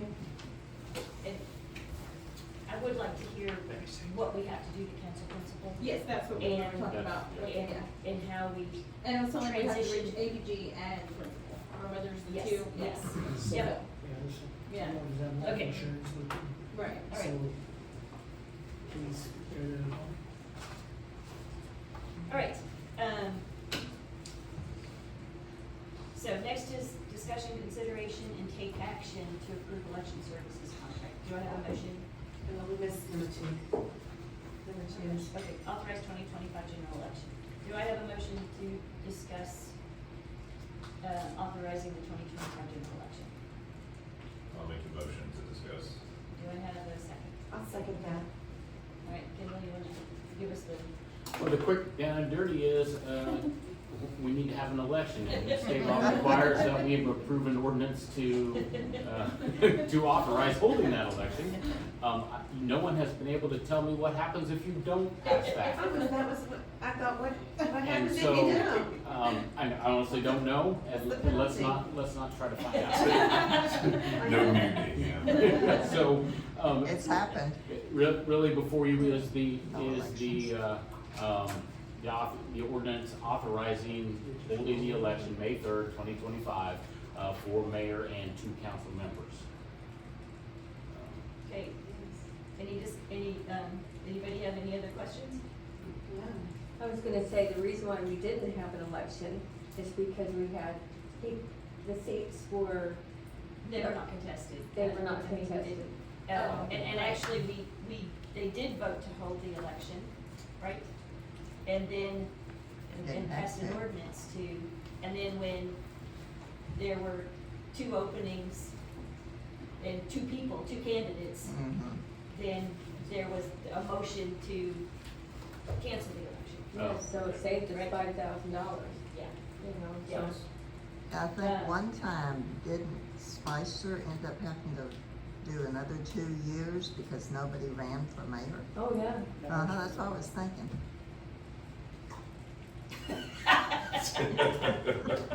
Memories. Okay. Do I have a, motion to approve ordinance number 2025-01, providing to hold a general election to be held on May 3rd for the purpose of electing a mayor to alternate positions? I'll make that motion to take action to authorize 2025 general election for the general election on May 3rd, 2025 to elect mayor and 2 alderman positions. I second All right, all in favor of approving ordinance number 2025-01? All right, unanimous? Okay, now we're moving to discussion, consideration, and take action to approve election services contract. Do I have a motion to discuss? I will make the motion to discuss the election services contract. Do I have a second? I'll second. But we have to pay for it. Yeah, just as Alderwoman Jones said, it would save some money. But now that you agree that we need to have an election, now we gotta pay to have someone run that election, which the county is more than happy to do for a fee. And as you'll see in your agenda, the cost says to be determined, less than $5,000. There are some things that some variables that affect that cost. I think last year the total cost ended up being about $3,900 if I remember right. Yeah. But but once all those variables were figured out, then we'll get the bill from the county, but it will be less than that $5,000. Obviously, this is budgeted. The agreement is attached for your review. It's pretty standard. We've made the adjustments. There are some requirements as far as presenting it in both English and Spanish and some different things like that. So we've made those adjustments, and we recommend approving the contract with the county for conducting the election for May 3rd.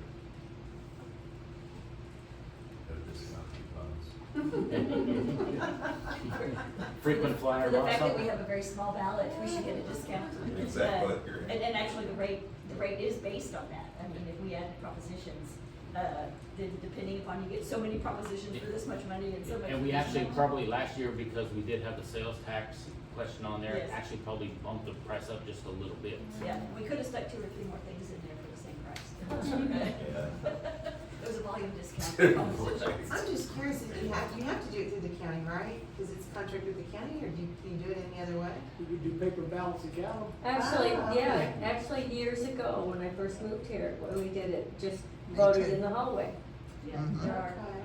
First So your election answer we to your did. question, I'm just no, there is curious. absolutely no other way to do There you go. it. That's what I was thinking. Ginger just volunteered her. To count. When Jerry and I Okay. first started, Just curious, just curious. Do I- It was do I- very- I remember. Do I have a? then they moved it there. Well, first of all, do we have any discussion on any terms of the contract or any questions for Kendall? Nope. No, okay, do I have a motion to approve the election services contract, price to be determined, but not to exceed $5,000? Do I have a motion to approve? I'll make the motion. Okay, do I have a second? I second All right, all in favor of approving, the election services contract as supplied in the agenda? All right, next on the list is discussion and consideration of potential dune restoration project. Do I have a motion to discuss? I'll make that motion to discuss the potential dune restoration project. Do I have a second? I'll second. Before, You first. no, you. All right, I'll second. Okay, Kendall. Okay, so, this kind of comes out a little bit out of our strategic planning discussions and stuff, but just internal discussions we've been having about how to move forward with the beach. Obviously, after Burl, the landscape of our beach has changed dramatically, most notably the removal of our dunes and the dune fencing that was there. If you're the Alderwoman Joseph said the beach looks beautiful, but you can't help but notice those pair of poles sticking out of the sand in the beach and things like that. You know, we've been discussing really for about the last year some ideas we had about improvements to the beach, what we think we could do to help reduce some of the signage and reduce the clutter on the beach. You know, getting rid of the trash cans was a good step, but there's still a lot of, you know, in my opinion, unnecessary signage, confusing things like that. I think there's ways that we could improve the aesthetics of the beach, but those are just ideas right now. And so I'm looking for some direction from the council as to what you're thinking. I will tell you that our discussions, and again, this was brought up a little bit in strategic planning a little bit about, do we want to do anything financially as far as dune restoration? Whether that be hay bales or hauling in sand or something like that to physically restore the dunes? You know, do we think that that's our obligation? The sand fencing that we talked about, the poles are still there. We've been in contact with GLO. We can replace the fencing to the poles that are existing with little paperwork, little of the government red tape. They would look at that. One of the ideas that I have had is to build a physical barrier, a dune restoration area where it would be a physical rope barrier that bollards with nautical rope or something that would be a definitive stop area. Right now, the signs say no vehicle beyond this point or something, but frequently you would see vehicles well beyond that point parked in the dunes or up in the dune fencing just to try to maximize the space depending on how wide the beach was that day. You know, in my thinking, and again, this is just my thinking, I wouldn't be comfortable recommending spending city finances to physically restore dunes, but doing something that's going to help nature rebuild its dunes with time, I think would make some sense along with help cleaning up the aesthetics of the beach, kind of, you know. So that's where my idea of the rope barrier came into play. The question is, do we want to restore the dune fencing? We have put money in this current budget for both the replacement of dune fencing and some money towards that dune restoration area out, you know, the bollards and whatever that would look like. But again, those are just ideas, and we put money in there as a placeholder. But we really want ideas from the council tonight. What is your? Again, this is only discussion. There's nothing to vote on. But if we do anything, it's going to require, you know, some substantial money. So, and need your direction as to what you would like to see happen out there. Where are we at with the beach replenishment project? About the same place we were the last time we talked. We are still. I have had one communication from the Corps of Engineers since the first of the year. They told us about Christmas time that we're on their list and they'll get to us. They told us it would be after the first year. They had other permits that were ahead of us. We got an email, I don't know, last week asking just some real basic questions about the project. Has it physically started? And that was all we've been Well, told. the reason for my question is I'm curious, you know, wouldn't we want to do any type of beautification or restoration to coincide with that activity so that it doesn't yeah. change or? That has been, our thought all along, that we wanted anything that we did to try to coincide with that or plan in conjunction with that. But now that's up in the air a little bit, and you know, if we find out soon that yes, they're gonna move forward with that this year, I think absolutely anything we do should coincide with that. Have they told us what the scope of that project is? I mean, what? Dune restoration? No, the beach replenishment. Yes, Oh, sorry. we know it's 64,000 cubic yards of sand across 200 linear feet by about 200 foot. So, I mean, obviously, my thoughts are, if we do something with the dunes and then they just come and dumps, you know, stuff everywhere, it could erode what we're already having, or it could increase increase the dune. I don't know, not seeing it. I will tell you that if you just do the math on the area that they're gonna be dumping that amount of sand, I can't see it being a huge noticeable difference. So we're not gonna have mounds of sand Okay. or an extensive beach increase. But it will have, It's not gonna look like they just. yeah, we'll have, you know, fresh new sand, more sand that's gonna be blowing and, you know, but any of the cleanup we do in that former dune area, whether it's putting in posts or fence or removing it altogether, which honestly I think might be the direction we should consider. Yeah. I mean, because if they're adding sand, if they're putting sand in, it's gonna look nice, it's beautiful, we wanna, then I think it's worthwhile to spend some money to retain that, you know, for a longer period of time than to put something in and then It's gonna go who knows where the washed away. sand's gonna go, or they may not put it where we built it up because they're afraid they're gonna mess with what we have in place already, or maybe they won't care and they'll just mow it, you know, down. If I the don't next know. tropical storm would take it away. I agree with you, because Right. we don't protect that sand. It wasn't the hurricane, it was that tropical storm Alberto that took away. Anything to prevent erosion, Barrel, yeah, but that'd now be it great. didn't help with the tropical storm. Well, I know the conversations we had in your strategic plan, I mean, as far as putting dune fencing back, the frequency with which we're having tidal activity, it added no benefit before it all washed away. You know, and then we had a great big mess on our hands with rusty barbed wire everywhere. Yeah. And the danger to our beachgoers.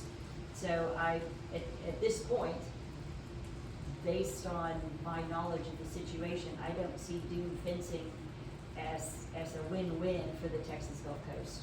I think it's unattractive as it gets going. But, you know, it's clearly one of the methods GLO recommends and approves. But in our environment, I just didn't see where it was doing a whole lot. I agree with you, Shane. I agree with you, Mayor, because I remember when we were doing that drive on the beach, and I like the hay bales, but I love those plants. Yes. Those plants. The roots The were plants are the key. feet deep.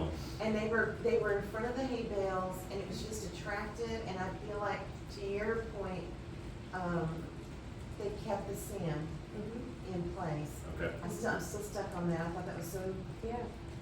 because I agree with Mayor that, I So- still got so all the my- pictures, I'll go look for it. yeah. My recommendation is that we approve pulling the dune fencing now, to be prepared for spring break and, you know, all that barbed wire out there, you know, I mean, it's dangerous. And so like I said, I'm in favor of pulling the old poles and dune fencing at this point. And then the only question is, and I personally like the idea of having the rope designation between, anything past this is dune restoration. And is GLO okay with the rope? They are, in the conversations I've had with the representative, they really want it to be as far landward as reasonable. They don't want you to just Cutting your beach in half. cut your beach in half and say, hey, this Right. is all dune restoration. they were scheduled to come here for a visit this month, but then they just told us just a couple of days ago that they're gonna have to postpone to late February, early March. But, we will, if that's the path we wanna choose, we will, work heavily with them to define what is a reasonable area. Yeah. Right now, if you were to go out there, you'll see the large 4x4 posts. Say don't park behind. Yeah. Right. Honestly, that road in a lot of places could probably move dune towards the dune 2 or 3 feet in a lot of areas. I mean, it would. Yeah. You could extend the width of the beach pretty good in some areas because just because dunes don't exist right now, and Yeah. but I know they wouldn't just want us just to try to maximize that area. Does the GLO define that distance? They don't. No, Oh. they So have what's not- reasonable? Yeah, well, and that is part of the question. Yeah. Does it And- have to do with the median? I remember there's a whole explanation about after a storm, that Vegetation line. vegetation lines and. The other thing too is, I don't know, I'm assuming that where all the posts are now and the dune fencing is now, none of it went onto anybody's private property. I mean, I don't know where the survey line is for all of those houses, right? Because I guess, technically, we can go to that property line, Well, right? Vegetation line. But we also have an easement. The city bought, or signed that, for beachfront owners signed over that 10-foot easement. So that, we have, because way back when they were talking dunes, we had to have that easement to have a construction path. So all of the beachfront people have signed, except for maybe a few. Yeah, not all of them ended up doing it, is my understanding. But she's right that they were trying to obtain easements before the dune crossovers. And so, but yeah, before we made a definitive line, we would, honestly, I would encourage the GLO to try to make it, to come out. But the visit that they had they were just trying to get out. Can we tell them we'll have cookies and Yeah. brownies and lemonade? But we would have to have their blessing before we put something permanent in place. Yeah. Make sure they sign before they leave. And it's There not you big. go. And then one question is, this is just me, what my preference is. Remove the dune fencing, put up the road per GLO's requirements. But I wanna make sure that putting up those ropes in barriers and bollards didn't prohibit or add a lot of cost to any dune restoration project we would want to do. So, are the bollards placed far enough apart that equipment could get in and out from the beach side if we wanted to put hay bales and bring in sand on top of those hay bales? Sure. And I think the spacing can be such that we could work around it. Well, absolutely they could, and one of the discussions we've had is the possibility of reusing the sand fencing poles as the bollards. Yes. Repurpose. Yeah, cost cutting for one thing. Yeah. But those would be, I think, somewhat easy to remove, and the roping could be laid down to get vehicles across. Yeah, if we can needed pull to the be. rope. Yeah. But I knew you guys had talked previously about vegetation, plants, whatever natural flora grows there. I think that probably, down the road is something we really Yeah. need to explore. Yeah. Fill the old trash cans with concrete. It's a great substrate for the sand, just dump it on top of that. Except it's not natural, they don't allow it. Natural. Or concrete, they don't allow that I'll either. laugh at over. It's food grade plastic.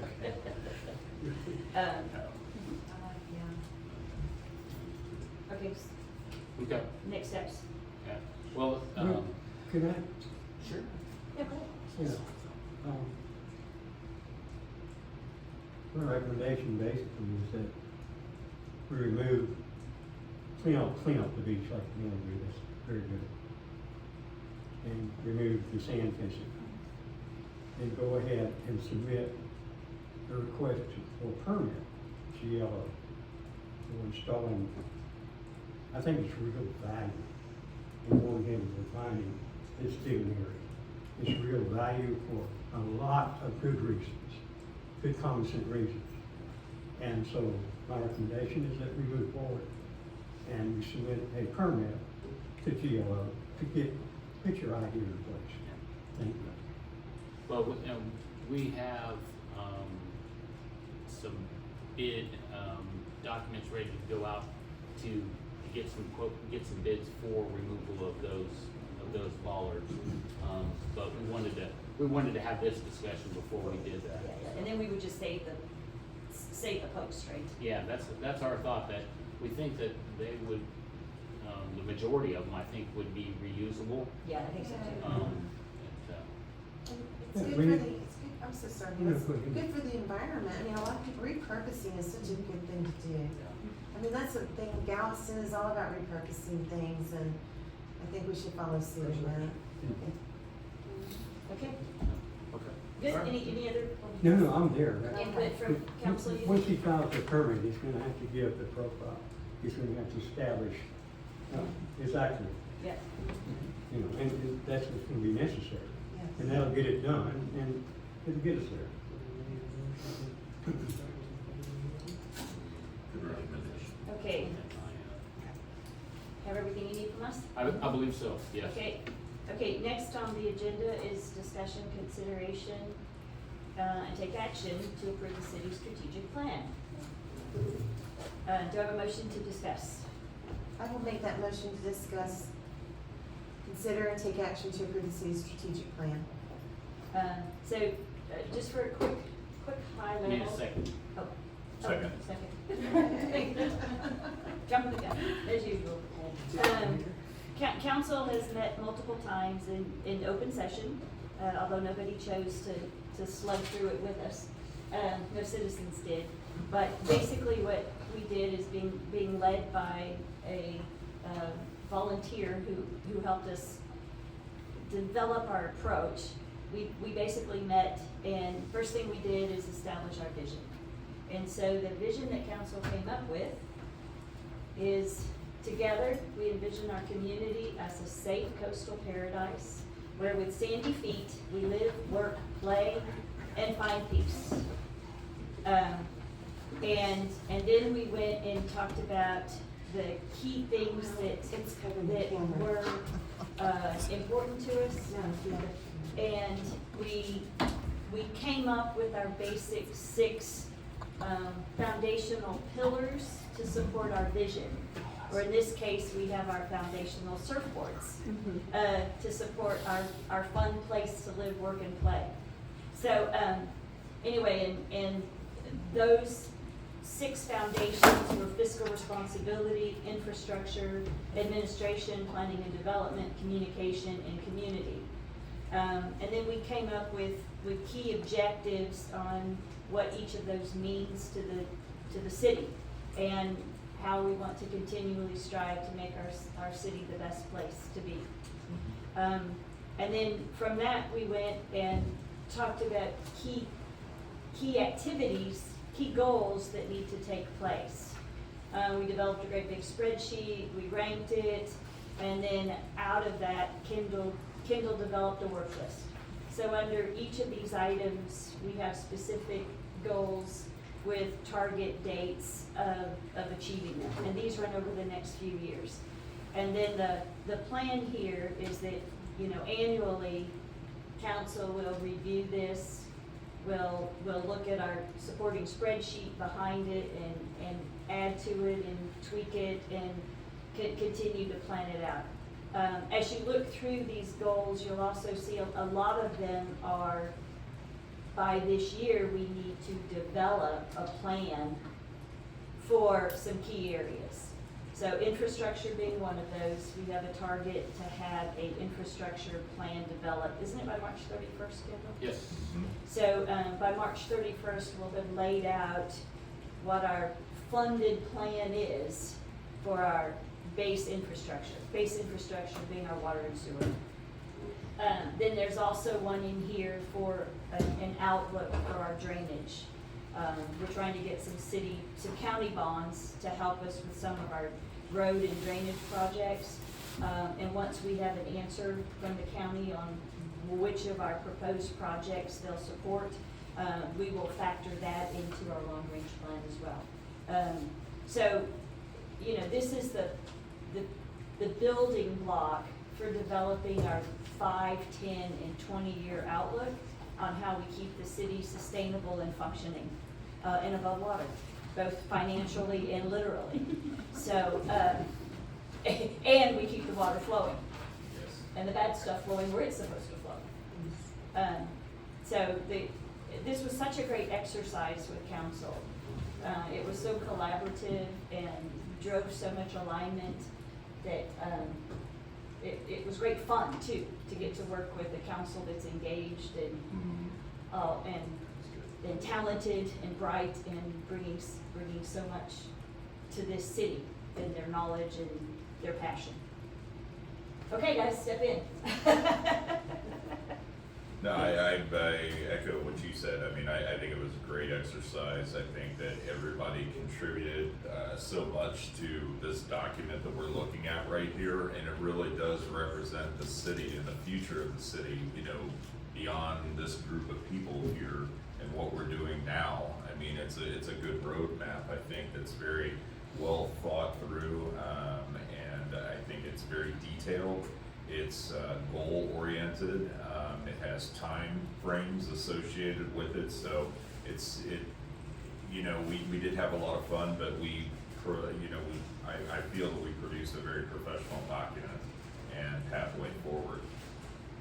I agree with you, Alderman, and I think what was really exciting is how we came across that vision, because I feel like we all had a piece of one of those words. And I know Alderman McDermott's not here tonight, but he got his with sandy feet. And I'll always think of Brandon because of the sandy feet, but we all contributed. So I think it's important it was exciting for us to come up with that vision, because we all had a piece of that vision in it. So I'm excited. It was fun. And it was passionate. And it's good. Any other comments? I mean, I know we've spent multiple hours going over the deliverables and making sure that we adjusted as needed based on staffing and budgets. But any other? Yeah, I do. I agree with all of it. It was very collaborative. We certainly ran through everything. I want to, Kendal did a very good job on getting it strategically and simplified.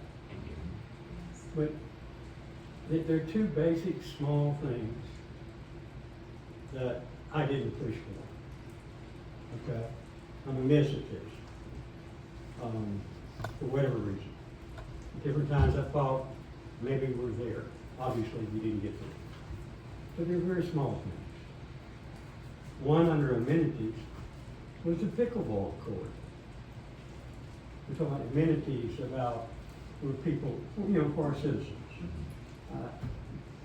2 years ago, we got an estimate for, and I have a copy of it, of $64,000 to install a really nice, first-class, professional pickleball court.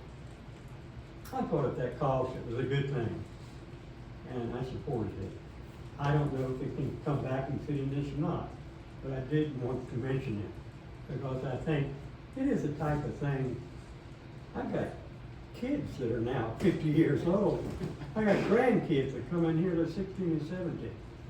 They come visit me, they come shoot hoops over at the park. They would love something like that. The other thing is what I call, and this is a small thing, it really is a small thing, and I don't know how I let it, and I'm admit, I didn't push for it. It's Falkenberg's Pine. Mr. Falkenberg has been before several times. What happened was in our streets project, the contractor did not install 2 surface water drains on his street. What street is that? John Silver. Excuse me? John Silver. John Silver. But we also have drainage issues. We have them at throughout, I Beachcomber. understand. Yes. But here's the thing. The engineering has been done. It's sitting there on the drawings. It's a simple, cost-efficient effect. Here we are in the rainy season. If it keeps up, Mr. Falkenberg's gonna have to swim into his house, okay? It's just something that I just felt we could get done. Maybe there's many ways, and Mayor, you are certainly excellent with this budget thing. There's probably many ways and other avenues, maybe we could fix this. Well, I can tell you that an engineer will be here tomorrow to meet with me to talk about that very problem. Oh, good. Well, that's excellent. And then also, in this strategic plan, under infrastructure, there's 2 bullet points. One is following funding of the countywide bond project. It says develop a 10-year plan to improve the citywide drainage system Yes. to mitigate flooding, right? And that's next year that we agree to have that plan, because a lot of pre-work has to go into understanding what that would be. But we put following the countywide bond project. So we have submitted, Kendal has submitted plans to address some of our drainage and street problems now. And we will see what funding we get. Following that, we will know how to build that plan. You Yeah, know, I'm all for the plan, and I'm all for kicking the can down the street in order to get it, because it's the right thing to do. Yeah. And get the federal money. I'm talking about fixing a very simple problem and that we Kendal- can do. That's right, and Kendall's already on that. That's it, that's it. He's already got an engineer, like I said, coming this week to start, It's, you know, it's just a discussing small thing, the easy things you we know? can do. And look, we can't go back to the county. The prior administration, the way it works, the way engineering works, okay? Someone approved not doing that work because it was priced. It was in the price list. Yep, And that's closed out. yes, We closed out, right? yep. So there's no point going there, and maybe there's no real Right. value. I think it's better just to fix it. And that's what we're talking We'll about. see if we can figure that out. Okay, so do I have a motion to approve the city's strategic plan, as posted? I will make that motion to approve. I second Okay, all in favor of approving the strategic plan that we developed? All right. Next is, discussion and consideration of proposed changes to the short-term rental ordinance. Do I have a motion to discuss the short-term rental ordinance? I will make the motion to discuss the short-term rental ordinance. Do I have a second? I will second that. Okay, as you know, we're looking to combine the multiple ordinances into one. We've had several conversations about it, and in this version, the cap is still here. I would like to address, this is to you, Jamie. You mentioned the 24-hour contact information being removed. The providing that is still in the application form, but we took it off of the registration certificate that we issued. So, the police and city staff will still have access to the short-term rentals 24-hour contact information. but we feel it's up to the short-term rental owner to provide an access number for their guests. And that might be different than the access number you provide to the city. So we didn't want to make the assumption that your 24-hour contact per the city ordinance is the same number you want your renters to have access to. So, like I said, it's still in the application, the city will have it, police will have it. And if you want that number available to your residents, you can provide it to them. So that was the approach to that. In our first pass, we kind of made the assumption that it would be the same, but then we recognized that it might not be the same always. So it's still required, it's just not going to be on the registration certificate that you will get as part of your renewal. It's a choice of the applicant. It's a choice of the applicant, yes. So it just won't be on that certificate. It's still required for the city to know it and have access to it, and for that person to be available 24 hours. The other things that were added is no signs or banners advertising the house as a short-term rental. When you're jumping around, would you mind letting us know where to see it? I'm on, I mean, it's highlighted, it's page 7F. Is that under short-term rental and application? Under short-term rental operational requirements. Page 7. Yeah, page 7. Okay. E. It's E. E? Yes. Mhm. I have it Yeah. as F. Yeah, I've got it in the Z. No, the signs and banners. Yeah, Yeah, that's the listings. Yeah, you're right. Yeah, it's That F. is underlined. Oh, okay, I see. so basically you can have the name of the house, right? But nothing that would indicate it's a rental. So that's proposed. That is, and that's substantial. I've had code enforcement going around, documenting the number of houses that have some type of signage on the house, on the property, fence, whatever. And there are multiple ones that, they may have a name, or they may have a rental company name and a phone number, or a QR code or something like that. So that, it will impact multiple Yeah. properties.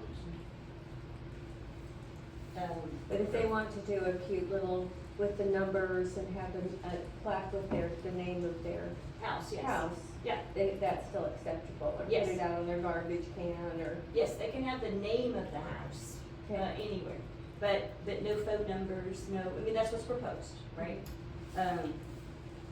May I ask what the logic is behind that? Well, the logic behind that is,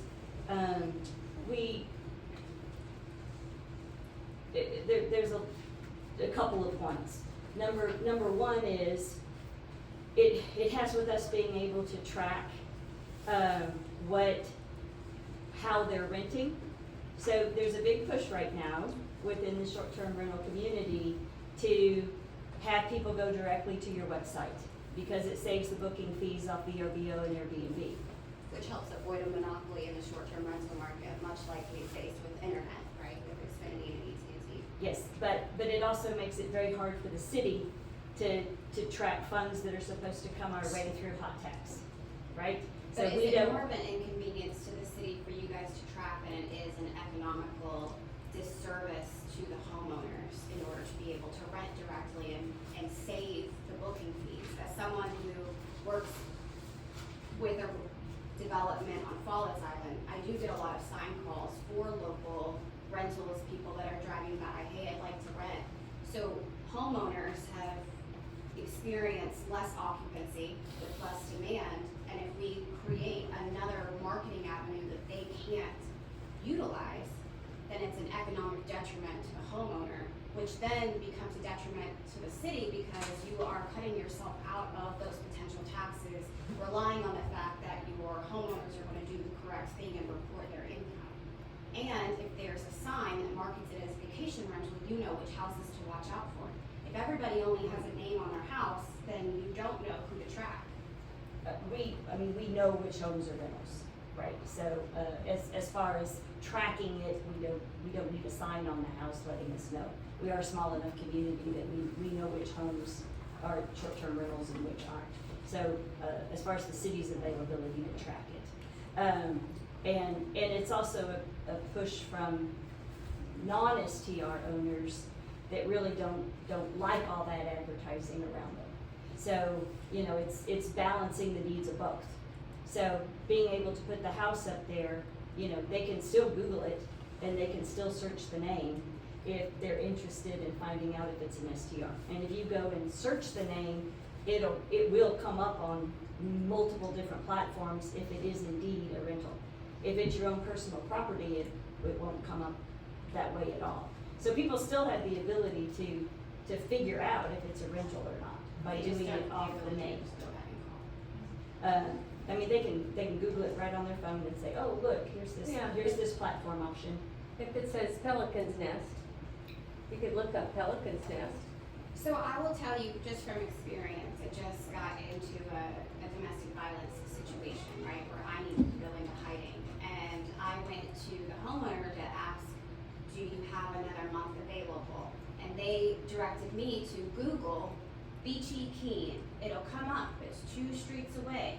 Beachy Keene did not come up. Point West came up with Beachy Clean. So you're relying on the fact that the SEO would populate correctly. I'm telling you as someone who has recently directly said Beachy Keene, Airbnb, Beachy Keene, VRBO, their home did not populate, so I rented somewhere else and they lost out on that month of income.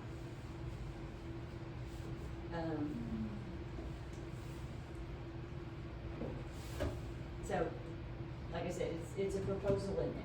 Yeah. So I just wanted And it's an aesthetic, Exactly. it looks like crap, so, to some people. Other people like advertisements in their yards, So, most people. I guess the question is in the ordinance moving forward, do we wanna modify this line? Do we want to, leave it as is? Do you wanna expand what we can put on it? What's council's opinion here?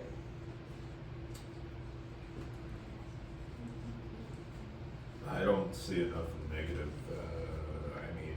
I understand your complaint and your opinion, but I don't know, enough of the neighborhood that I've heard, they said less is more, so.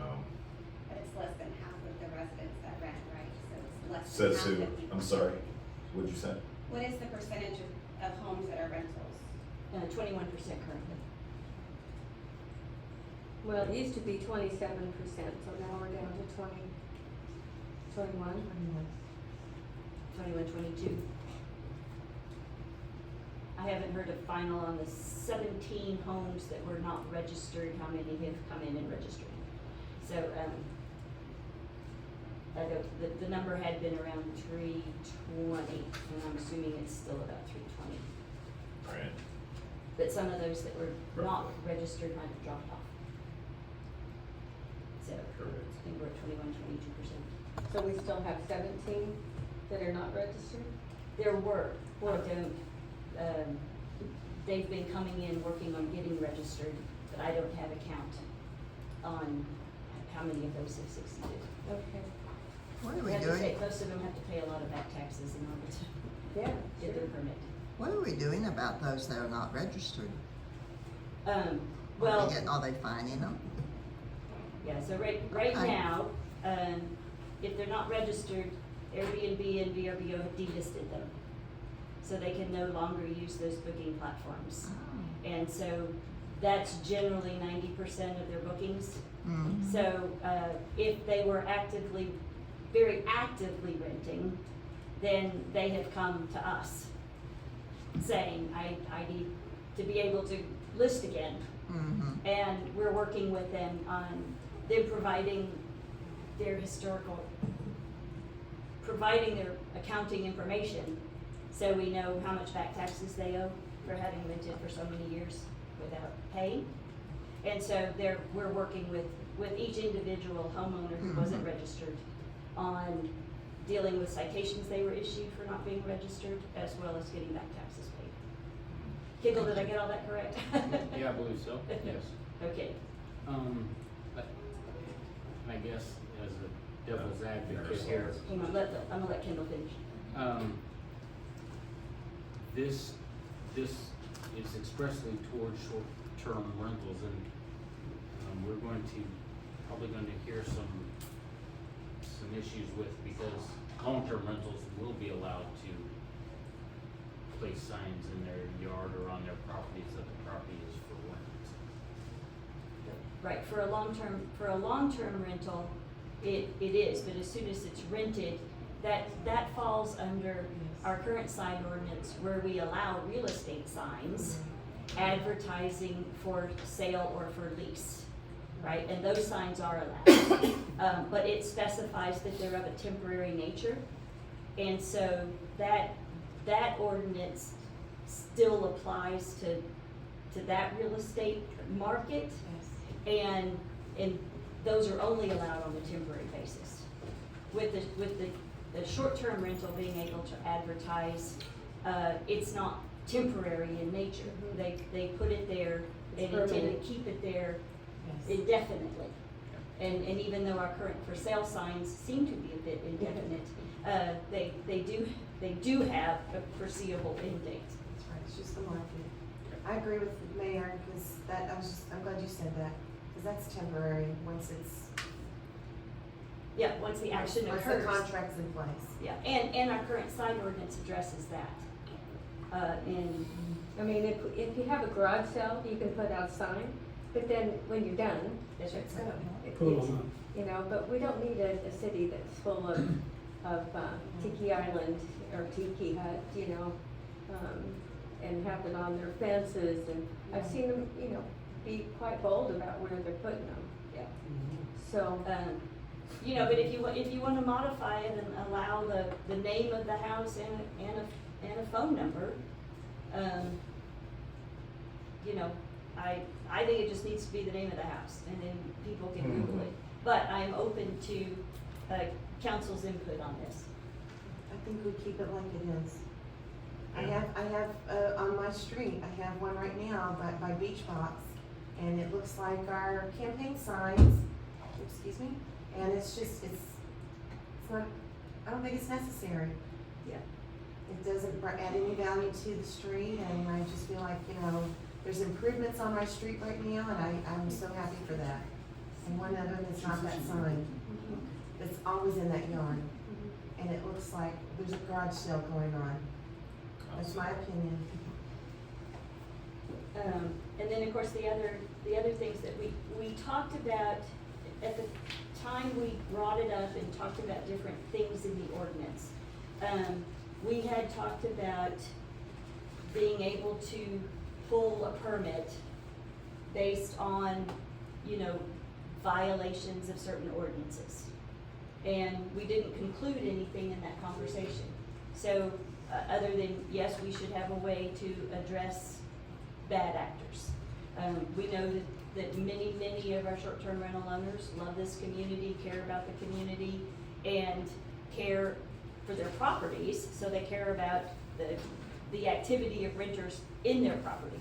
But we have some bad actors that, you know, continually have renters that are less than considerate of our neighborhood. And so, we didn't come to any conclusion. So I took the liberty to include what is proposed in the Houston ordinance with the revocation of registration number. Ma'am, I had a point on the previous one. Oh, yeah, I'm sorry. I raised my Thank hand.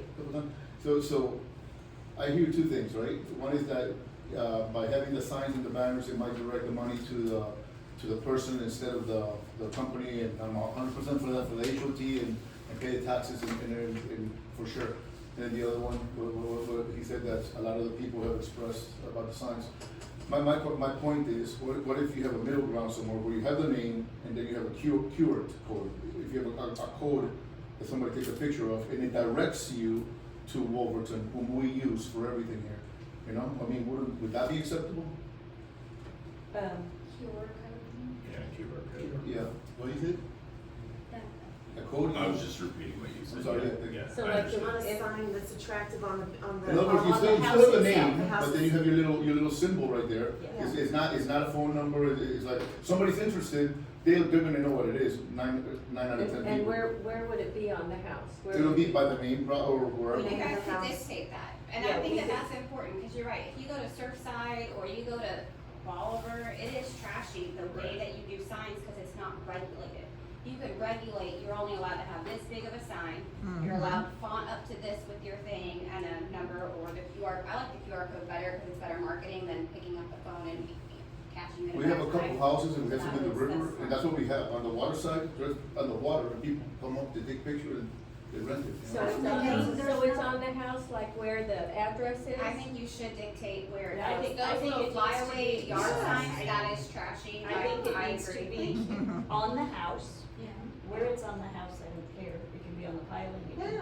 can be on the front. I think the QR code's a way to go, Yeah, I because definitely think you should limit it's the it. way of technology, it really is, I mean, venues. Okay, so You we, can't go to a restaurant, you gotta do a QR Yeah, code. I agree. I mean, even residents that aren't renting their homes out, a lot of them name their houses, right? And they'll put a placard on there and it's cool, you know, whatever But adding- they wanna adding name the- their house. And that's, you know, that doesn't affect the aesthetic, right? I mean, it's something that's I think it interesting and depends on makes the it interesting. size. But that, yeah, I mean, as long as QR codes. Like a 12 by 18, I think would be your max.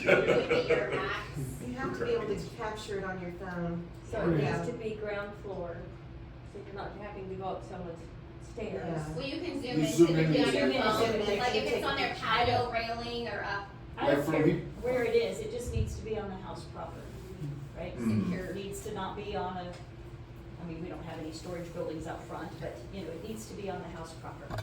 So not the fence, I mean, because we do have some of those Not on signs the that are on fence. Nope. permanently Nope. on a fence. Needs to be on the house proper, and what size do we want? 24 inches? We already have a sign, what is our sign, what is our sign, legal sign thing as it is? We've got a legal, I didn't think we That was a specified camp, sign. I think that's. No, it's not that's campaign. There's a, for sale signs have some restrictions in sizing. Well, but they're big, I mean, They're they're just just there from big. example. I think. no, there's an old sign ordinance I remember Mhm. reading. What we wanna make sure of is, I'm thinking through the neighborhood, and we have many residents who have named their houses, and it's on a surfboard, or it's Sure. it's on a cute crab, Right. and we have to make sure that we don't make them have to go buy a new Exactly. sign. No, they're not gonna have a QR code, cause it's not for rent, but we don't want them to have to change that. Right.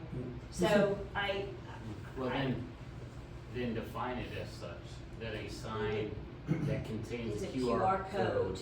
cannot be, Larger cannot than- exceed than okay. 12 by 24 or whatever you Okay. decide that it should be. Okay, I think, just as someone who buys open house signs and listing signs, 12 by 18 is big enough. Okay. 12 by Aesthetically. 24, yeah, 12 by 24 gets obnoxious. Yes. okay. So it's your standard 18 by width. Just thinking and like a your 12 tile, inch. just a tile in your Yeah. house.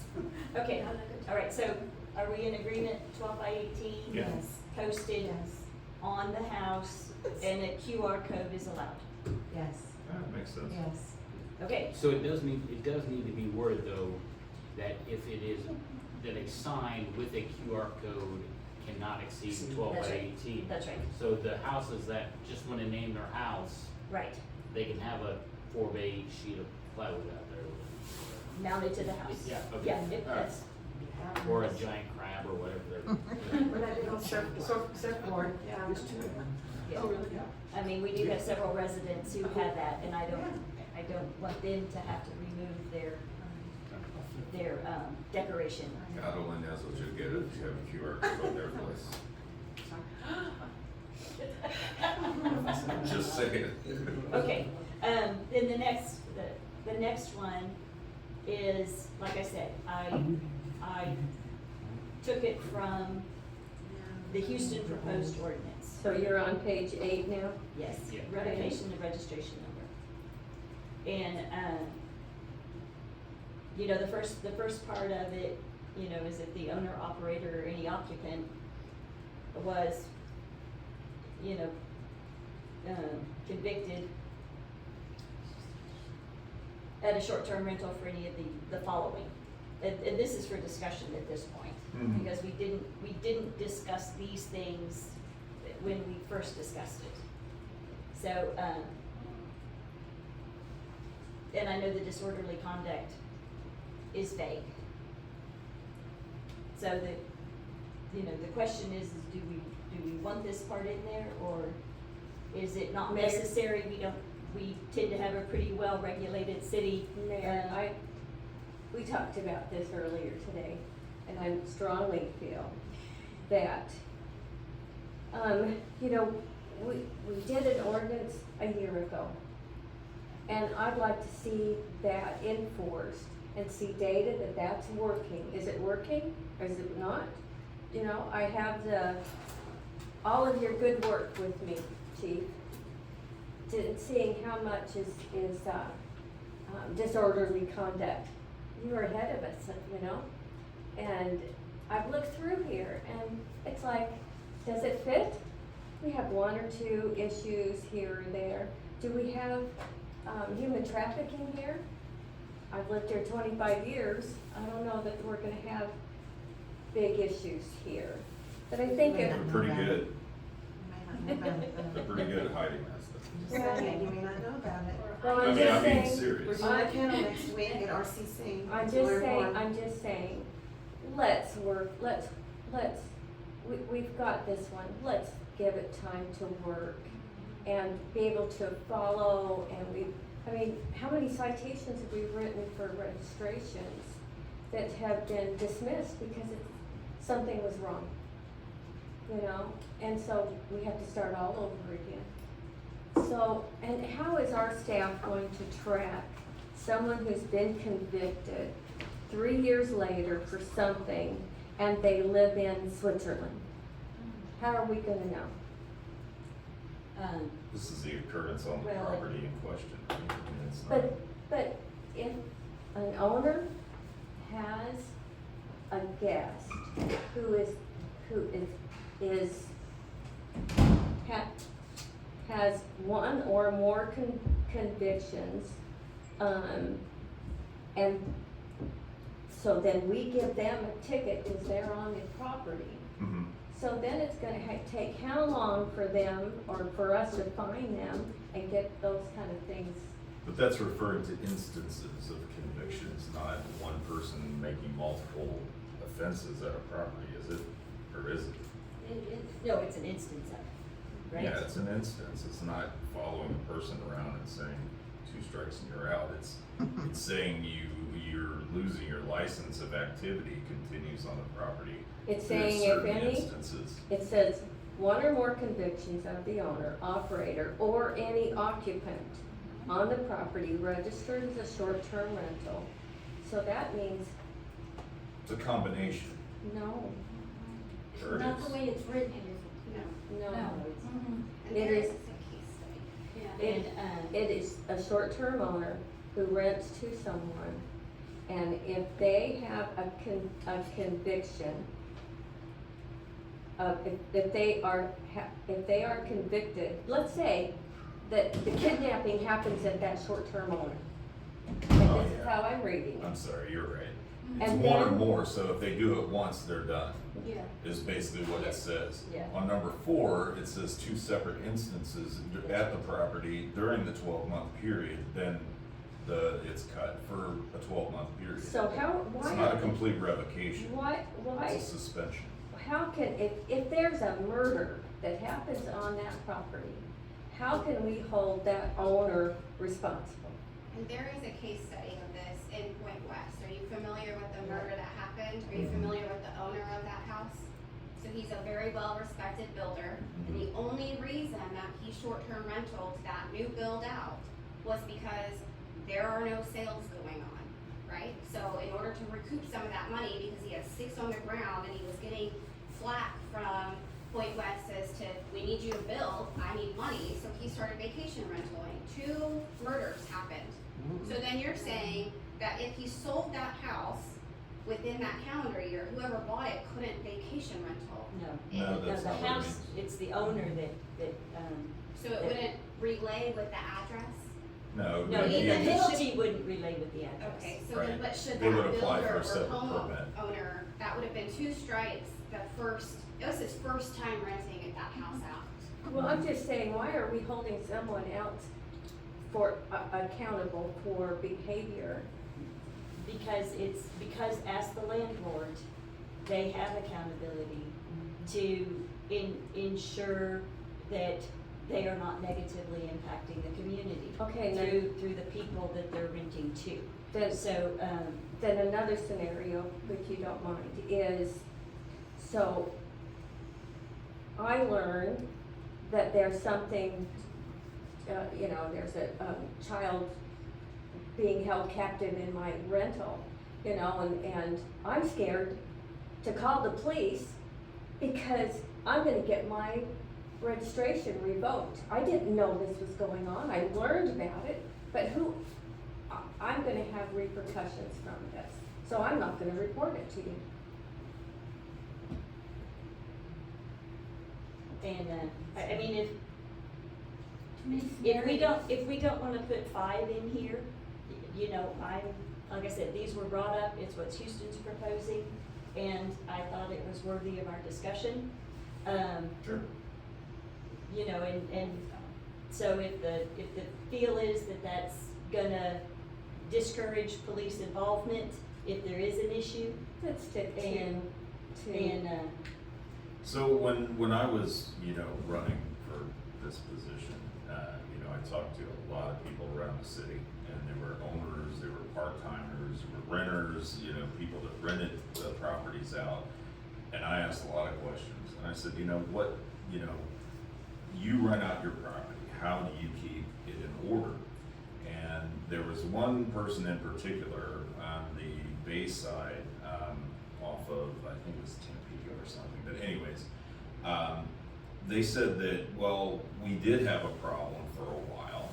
They said what we ended up doing, because this is our second home, so we rented it out because we can't afford to, pay 2 mortgages, so, we need to do this. He said, but at the same time, I don't want them wrecking my property. I don't want them, tearing up things. I don't want them ticking off the neighbors, I don't want all these trouble calls.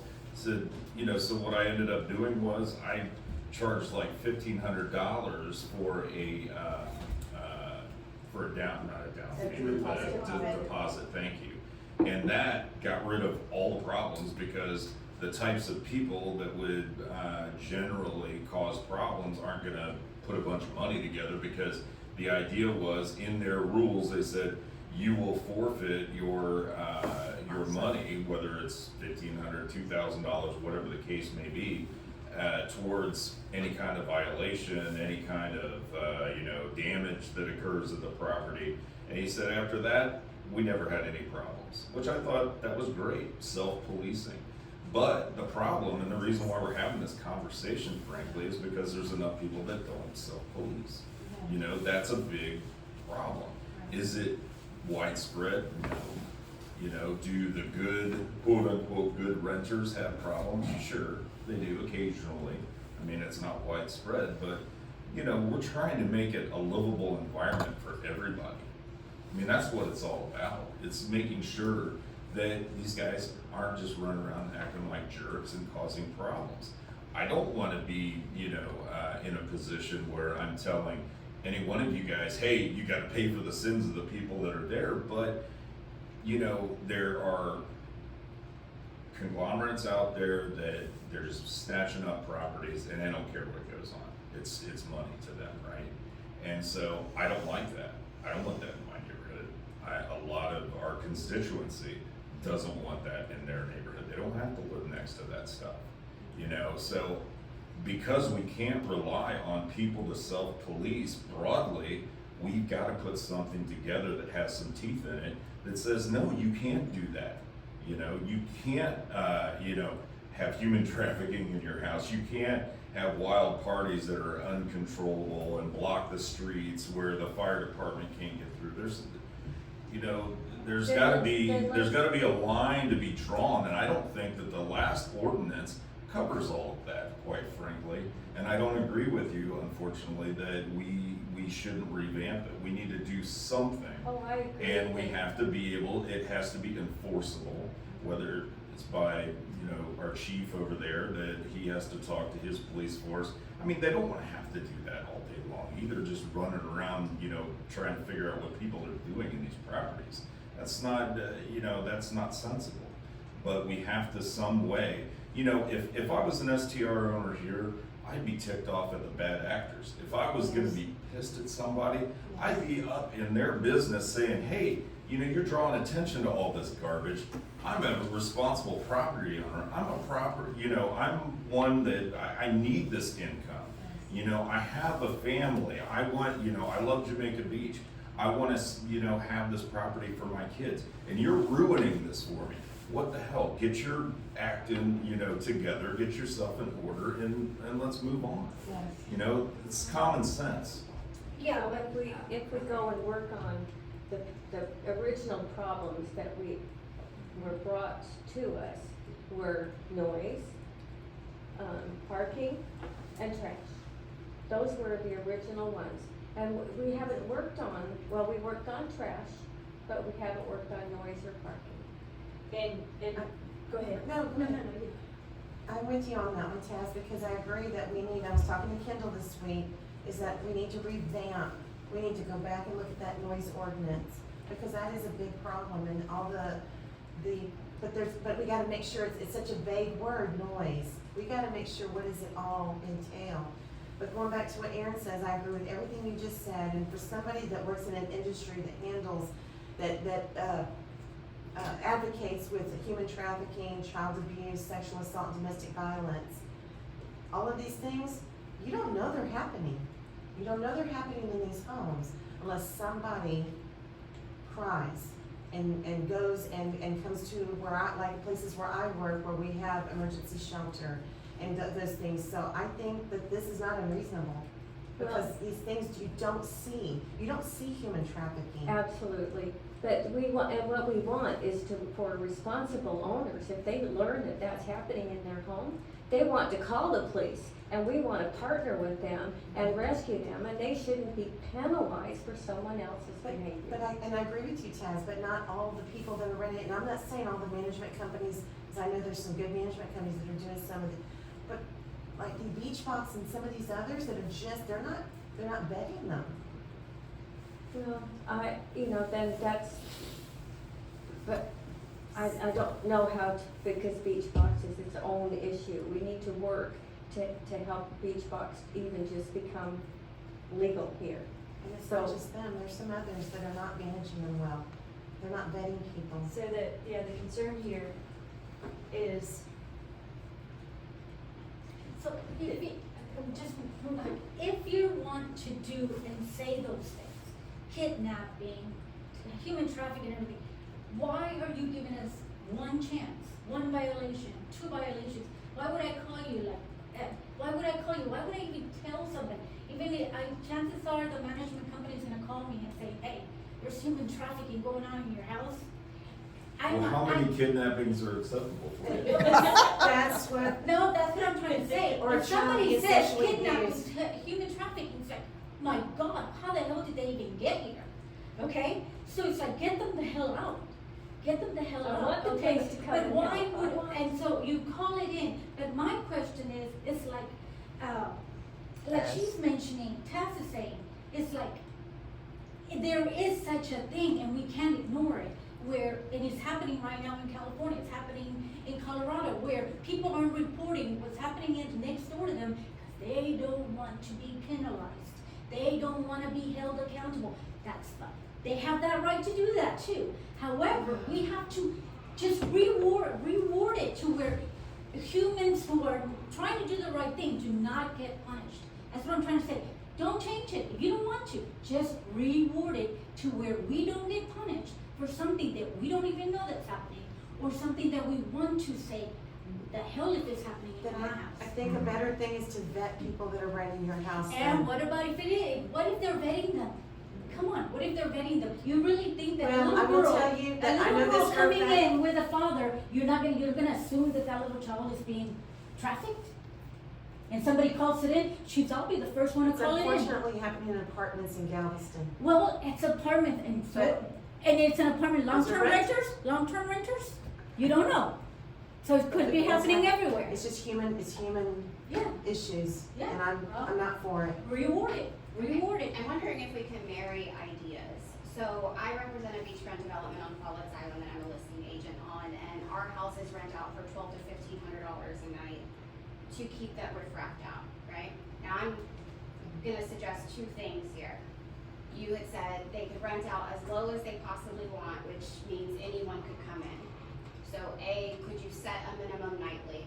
You said someone charges a $1,500 security deposit. I think that's unrealistic for a family vacation for most people, but if you required like a $500 deposit.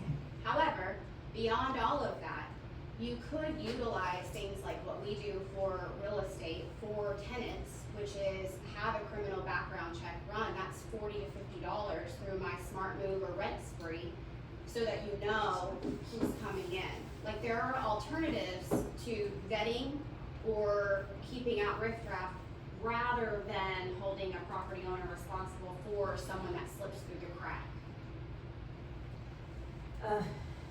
When we've talked about options like that,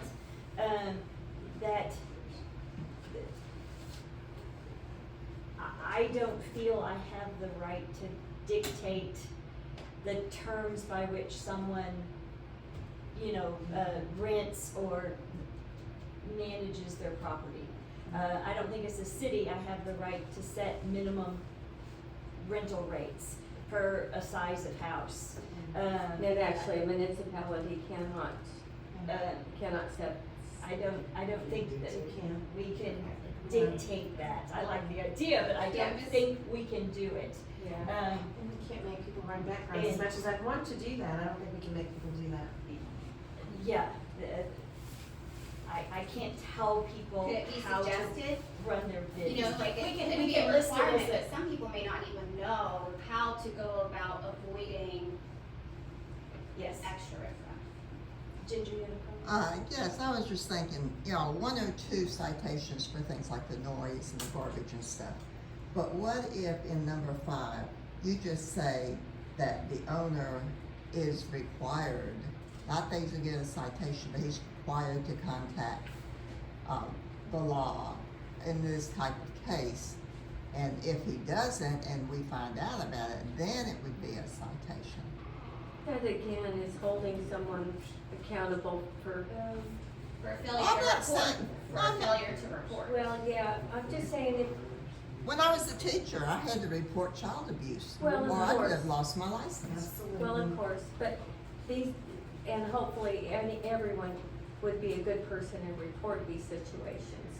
But they're not legally mandated to. You are, because you wanna keep your license. But it's just, if something happened, is this man out in Point West, when that shooting and all happened? Yeah, that was. Was he, that is a murder that happened. Yes.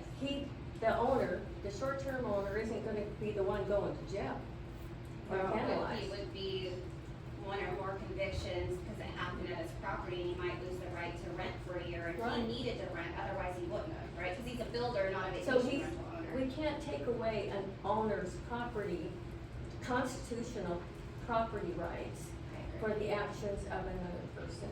We've gotta find another solution than this draconian document. Interestingly enough, murder's not covered in here. Oh my God. Discharge of a firearm is not, Yeah, I guess it if you wasn't- strangle them, it it's wasn't like. gun. People a lot of There was ways. a gun shooting. You can't get out of there. Firearms, I mean, I'm sorry. Just with your bare hands. Well, Houston screwed up. Well, you're not gonna lose your I, property, you're just gonna lose your I- permit, your license to rent. Yeah. I mean, and it's only for 12 months. I don't think Dracula has anything to do with it. Well, that, we can't 12 months is a remove long time. someone's, we can't Especially remove. if someone's loan was set up based off of vacation rental income. Well, if you just say it's the owner's obligation to report if any of this is brought to his attention. Right. And let's be I mean, partners it's, with them. that's, I don't know that that's enforceable, right? How do I know if they know that this Okay. occurred? Yeah. Right?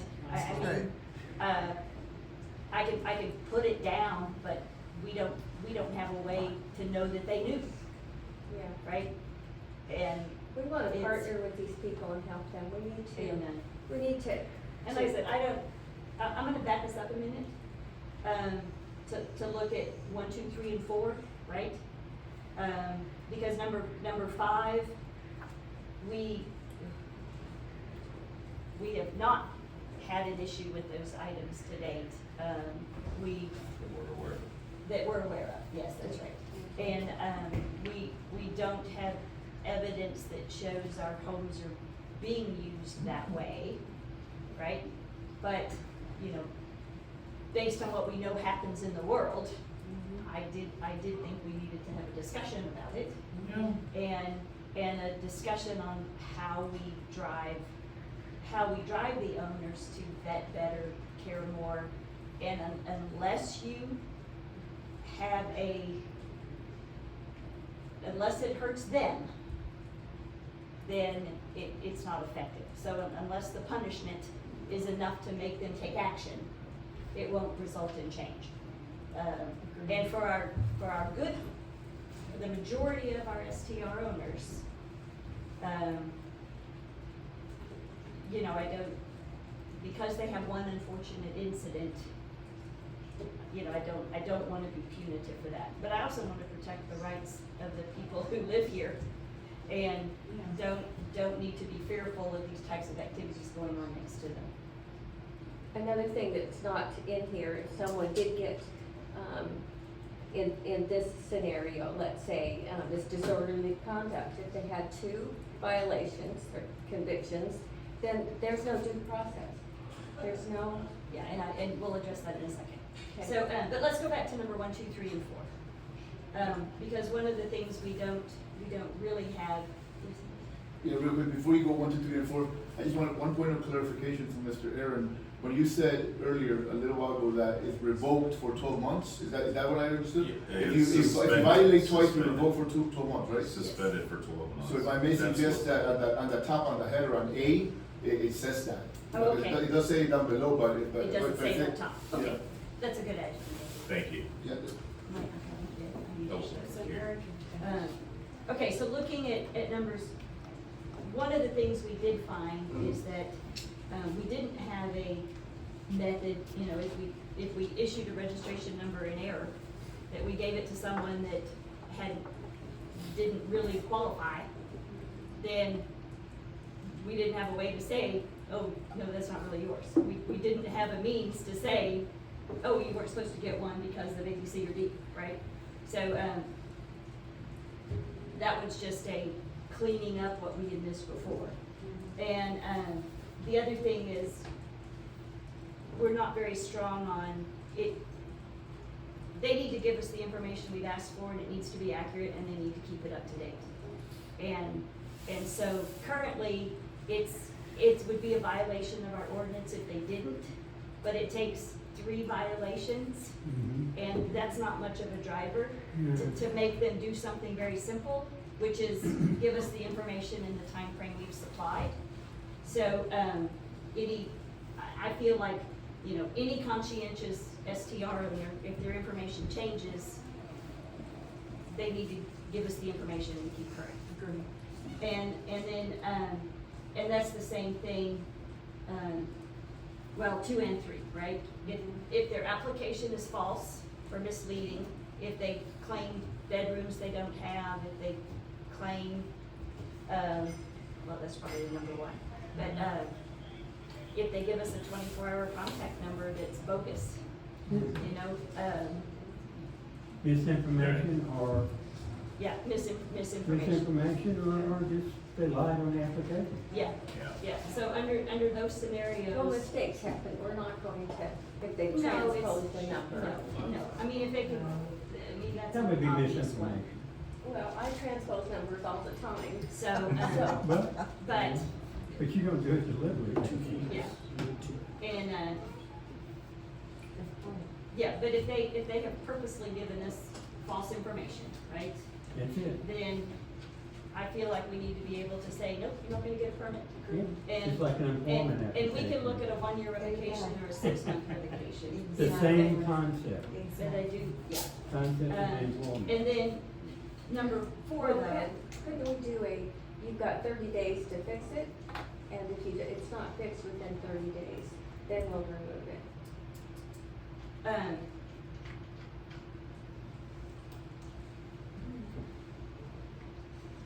Most all things have to have some type of a grace period or you get nailed. if you lie on your application and you just got caught, you know. Well, we know what's a I lie. don't- Kendall would know, Caribbean would know that they're lying. If they've lied to us, According to what they did, according to what they did. This is on their application though. How would Kendall know? I mean, once they get caught. and if they don't give me the information, how long have they been going with wrong information? I mean, if it's a mistake So or an every year oversight, when they renew. then they have to do a new reservation thing, and we'll double check for, put it into, double check the database and be sure it matches. If those numbers might be transposed, or for instance. Well, a transpose number is clearly a mistake, right? Well, for instance, I saw a registration that was given We to can't someone, cover every, and the employee forgot to add one number on their phone number. You know, it's just a mistake. and that's obviously a mistake. A phone number's Right. different.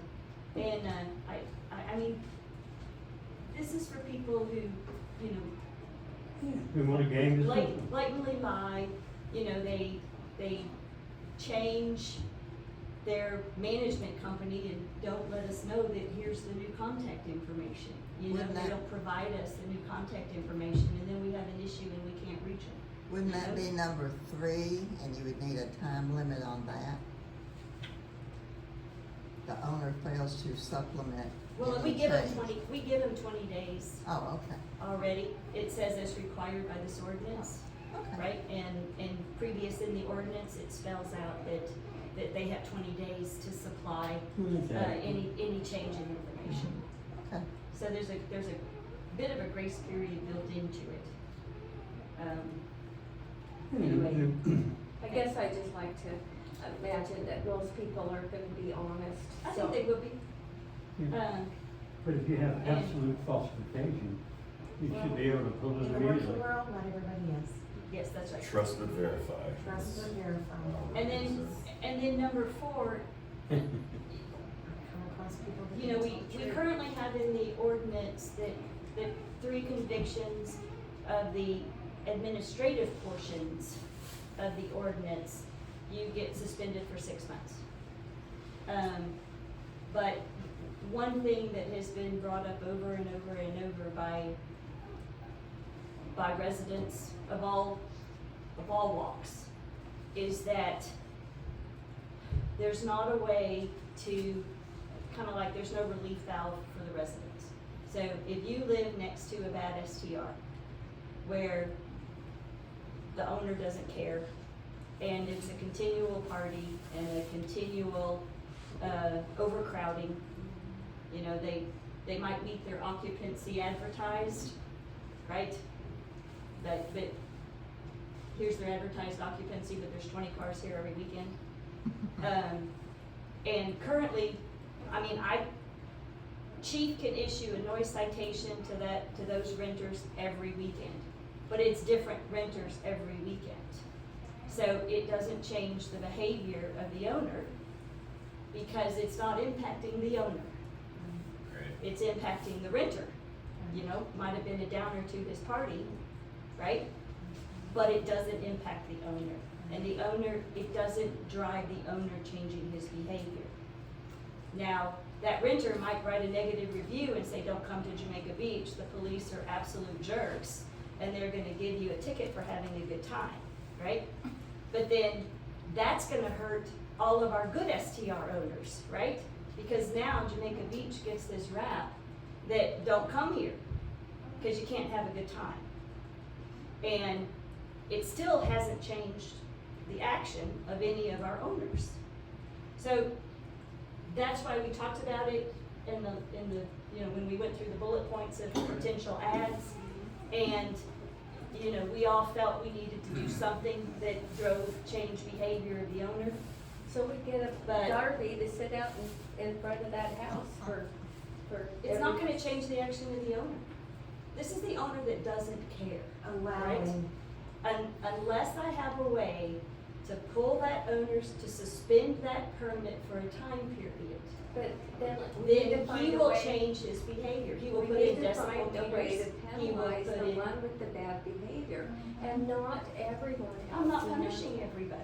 You get so many convictions of this type, then, you know, if your renters get convicted, and the two is out for discussion. It can be 3, it can be 4, but there needs to be something that drives the owner to change how they vet and change how they manage their properties. Because it's a pattern. And it's Also, not it's the a majority pattern. of them. And also, with that said, we need to identify what the cause of the citation is. Is it white trash bags? Or is it because Well, there was 20 right. people partying? We left it, it doesn't, right now, the proposal would be, it would probably just be against noise ordinance. I recognize that the owner, it can be hard for him to control the trash situation, right?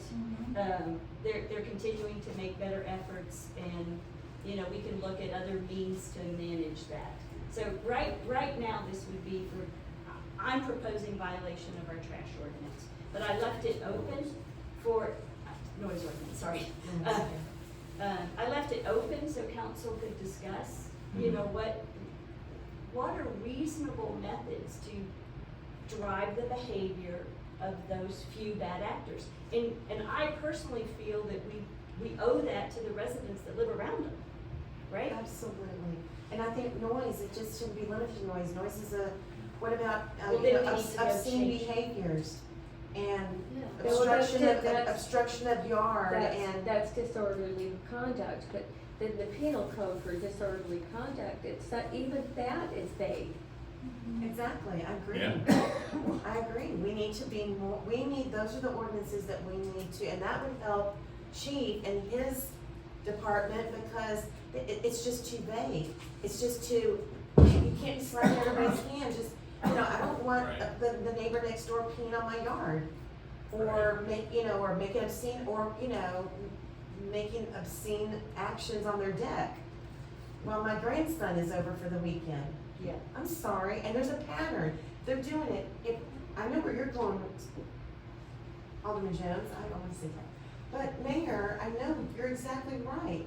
It's the owners allowing this to happen and they don't care. It's a pattern. And if it's happening every weekend with every renter, that's not, it's on the owner. So how many bad actors do we have? Yes. I get complaints. I hear So, there's a lot. would I, It's you not know, 50, I, but We it's. really can't it's- profile that. no, we, I get it. and Depends on your any, definition, Yeah. anybody can end up with a rental situation that's bad. And the majority of our homeowners, they have that happen one time, and they make changes. They either change their management company, they change their contracts and the terms of their contract. They're like, what steps can I take? You know, I know their KEMA requires you to have a decibel, Yes. meter Yes. in the house. Yeah. You can't rent it unless you have a decibel meter that alarms the owner Do you have it? at We are. at these levels. You know, I don't wanna get that prescriptive and that, you know, I don't wanna go there, but if the owner knew that their permit's gonna be suspended for 6 months, a year, you know, right now it's proposed a year, they're gonna change their behavior Yes. to make sure that they vet better and that they put systems in place that ensure that their renters are not negatively impacting the entire community. Amen. It's just like employment. Again, I'm sorry, I'm leaning on my HR, because that's what I do, but if an employee is doing bad and you write them up and you do it and they write them up, you gotta think at some point, are they gonna get better so they don't lose their job? It's Right. no different. Is that owner gonna just do better and be a better STR owner Well- so that they don't lose their permit? Okay, so, and when you write that your employee up, and do you give them suggestions on how to fix their behavior? Exactly, that's what our ordinances are. Yeah. That's the ordinance. So, so. We have a policy. We give them, you know, we haven't decided on how many convictions, so the first time, you know, then we go in and say, we're offering to help teach you this, let's educate you. When they get this document, when they get a permit, that's the education, that's the terms of the And they're agreement. signing off After for it. that, Well, you're that's- done. Just like a I'm not- progressive discipline, they're signing off on it and saying, I'm gonna. That owner could we be can- living in Colorado. we They're can not- put- might Yeah, not but be. they That's should not have our cameras problem. or some, they're like, even between the property managers. So for owners, and this is where, I don't wanna get into property management, but I've done timeshare for so long. The property manager should be the one making sure that the ordinances are being respected, and that they should be the one directly in contact with the vacation rental guests. That's not happening. Most people are not getting what they're supposed to be getting out of their property managers.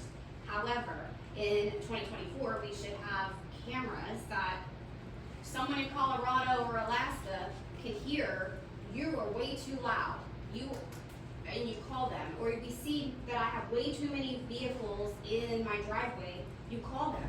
You get out, you either get the cars moved, You're you in violation of quiet our it down, contract. Yeah. or And you I- need to leave my house. And I there's agree no with you refund. 100%. Yes. Law enforcement should be the last avenue that we go down, but the problem has been, and I've been told by some of these property owners, I don't care, call the police. Yes. You know, it's like, what? Why would you even say that?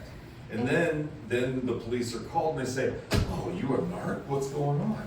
So It's not I'm with you free, it's not 100%. free. That's the way it should be. And the key word right now that everybody should. If it was a should. perfect world, It's not happening. we shouldn't Okay, be so, talking about just one comment. consequences to not Yeah, going I- down ordinances, you know what I mean? Yeah, totally agree with you, Alderman Rennie. Have you, Mayor, written a letter to this organization, to these people in the this is the mayor of City of Jamaica Beach, and told them what ordinances they're breaking, for example, like that? And the reason I'm asking is because I just got a citation, and no offense, Robert, no offense, anybody, okay? My example is, I got the citation, right? And it just wrote down every ordinance that I was like, oh my God, between my husband and I, they're gonna tear down my house from all the ordinance, oh my God. We got it on a Friday, we had to go through Friday, Saturday, Sunday, freaking work. Went through the entire house, like, do you think that piling is gonna fall off? Do you think something, what the hell, what do we do? All right, well, at the end of the day, we show up on Monday, we're okay now. We show up on Monday, and we go. He comes in, because I was too shook up, I could not do it, I could not walk in here. And then he goes, what the, and then the girl goes, you didn't get a picture with that? Huh? No, turns out it was a little floaty little crap piece of crap for the jet ski that I really don't like. Easy. Okay, that he put on there. And if we had had the picture, it would have been, and then our discussion that whole weekend was, I don't really like them. I told you I never liked them. I want them out of the house. That would have been our discussion. But no, here we are, we're going to tear down our house. And that just took a letter from you guys. Just one little layer to just freak us the daylights out of it. So I'm saying, if you were to write to this organization, to whoever that troubles, make sure they are the ones that get it, whether it's an LLC, whatever it might be, you gave it to the owner, because there's always an owner there. And then, let me tell you, those people will be freaking out. I don't, but and Marisol, that's a great point, but I don't think the mayor needs to have to write a letter. Well, the only We reason I'm have saying. ordinance, they signed for it when they did the Yeah, registration. but it was a citation. You sent me an actual citation to my home, and I had to read it, and then I'm freaking out. That's what I'm trying to say. It's like, Well, you took your time to mail it to me. They will get notice that there was this citation at their house. Yeah. And a copy of the ordinance that I says. do get them. If you, do this too many more times, you're not gonna have a permit anymore. So that is a question that I do have. What is the city's obligation for, if I issue a ticket to an Oh. occupant? To noise, Yeah, Yeah. what is I- the city's obligation to notify the owner? I think we have an obligation to notify the owner that this citation has occurred. And it's, one of two or one of three I within think you this have time to. period. You have to. You Yeah. have to, you can talk. Yeah, I think we would. So, we clearly, if something like this passes, we've got to, chief has to understand that if a noise ordinance, if any of these things occur, it can result in revocation of an STR license. We have to have a process whereby the owners are notified. You can get a letter.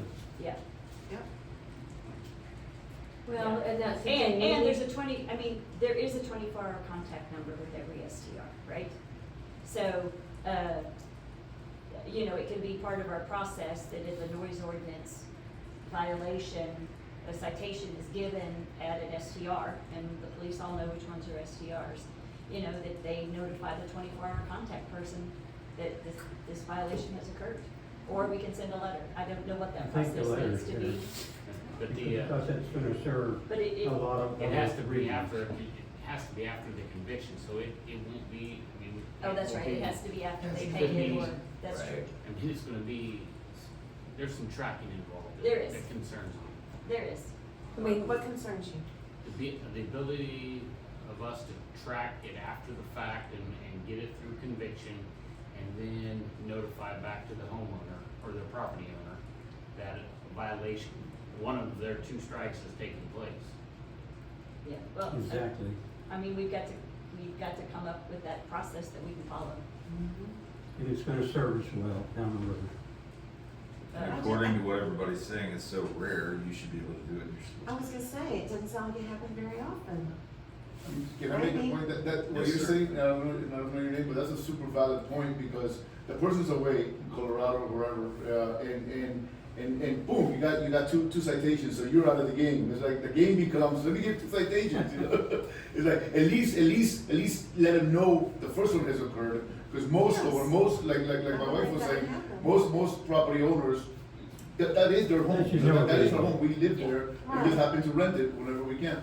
But they want to come up and step up and be responsible, like, so. Exactly. Well, and you're No, we- talking about citations too, not convictions, right? So when the Citations. citations happen, it doesn't mean that's a conviction. This is No. based on convictions, so Citation. just because you get cited for something doesn't mean you're gonna. I thought we were talking go to about court and number not be 4. convicted for it. Yeah, we are, see, it's Yeah, two number 4 is a citations that citation. result in 2 or more convictions. Convictions, right? Okay, so, So Yeah. that is kind of the pre-warning process, because they have to go to court, and they have to be convicted, Yeah. or they don't show up in court, and they get convicted. Or they pay the But fine. he- If right, they just they pay pay the the fine, fine. that constitutes a conviction. Right. So, I mean, there is a bit of a safety valve in between. I mean, it's, Yeah. No, it's gonna be an extra step that, we keep a record, which Chief already does, A police Uh, report. of citations issued, Right. and if it's an STR owner, then we've gotta do some tracking on it. If it falls under the category that can result in revocation, right. right? I mean, Well- if a renter is speeding through the neighborhood and gets a ticket, that doesn't apply to the owner, right? But if whatever we decide to put in this blank, if we decide to keep this line, then that needs to be tracked. Right on. Are you gonna be able to track? Yes, ma'am. We'll come up with something. We'll come up with something that works, but she's right, we're keeping her now the ones that we get second calls back, and we issue a citation, we have a record of all that. We kept that, of course, won't go into. But you don't have a record of the convictions, because that doesn't. That is correct. That doesn't come to you. That is And correct. that's where the issue comes. He's It's right. not writing. I only have the record of the citation being And issued. that but he court is- happens here, right? That court Yeah, happens it's here. disposition We have to of what connect. happens to that. Yes, But we have a court Okay. clerk, right, that keeps up with Yeah, that? so, We have to Okay, so connect. we have someone that's responsible for that job, that duty. but of a conviction of a person, but she has no clue that But then that, that it is attributed to a STR. but then we could have, well, then that's where the process, we could identify the resident, the owner, and then it should be able to track back to the permits. Yeah, can't that be in the filing? Yeah. Like, Sure. hey, I'm here for court for a violation that happened while I was in a vacation rental, and then it's like a flag. I don't think it's that cut and dried. I mean, I'm not saying it can't be done, but Right. it won't be quite that easy. I mean, It's like a flow chart, if this, if it answers yes, then we go here, and that answers no, then we stop, or, and unless it actually ties, the ticket is for violation of a certain ordinance, which it is, Yes, then it maybe flags that it's STR related. it has to be. Could you have tickets coded specifically for like, okay, so we have a noise violation, you own a house, and then we have a different code for we have a noise violation, you were a guest of a vacation rental, and then you have an organized code of tickets that were dispersed for vacation rental houses? Let's see what we pass first. Yeah, 'cause And then- I'm and trying then- to figure out how the operator could ever get a violation for noise on, it says owner, operator, occupant, how would we ever issue a noise violation to the operator? The owner possibly, they might be staying there that weekend, but the operator, I can't imagine we would be issuing them a ticket for noise violation. Well, but it's the same thing, if only the guest is there and our police give them a noise, what are you gonna do, mail it to somebody that's living in Colorado? They weren't there. Well, and that operator applies to number 5, not to number 4. Number 4 is just 2 or more citations are issued at the property registered as a short-term rental. Are issued to the owner, operator, or occupants. Oh, you're right, it does say that, sorry. That- And I don't mind taking operator out, I'm because not I agree saying, with I'm not you. saying we can't figure it out, but it will take a little bit of thought on how we do it. Okay, all right, well, to move us forward, I'm still not sure on number 5. Cause that's a one strike you're out, do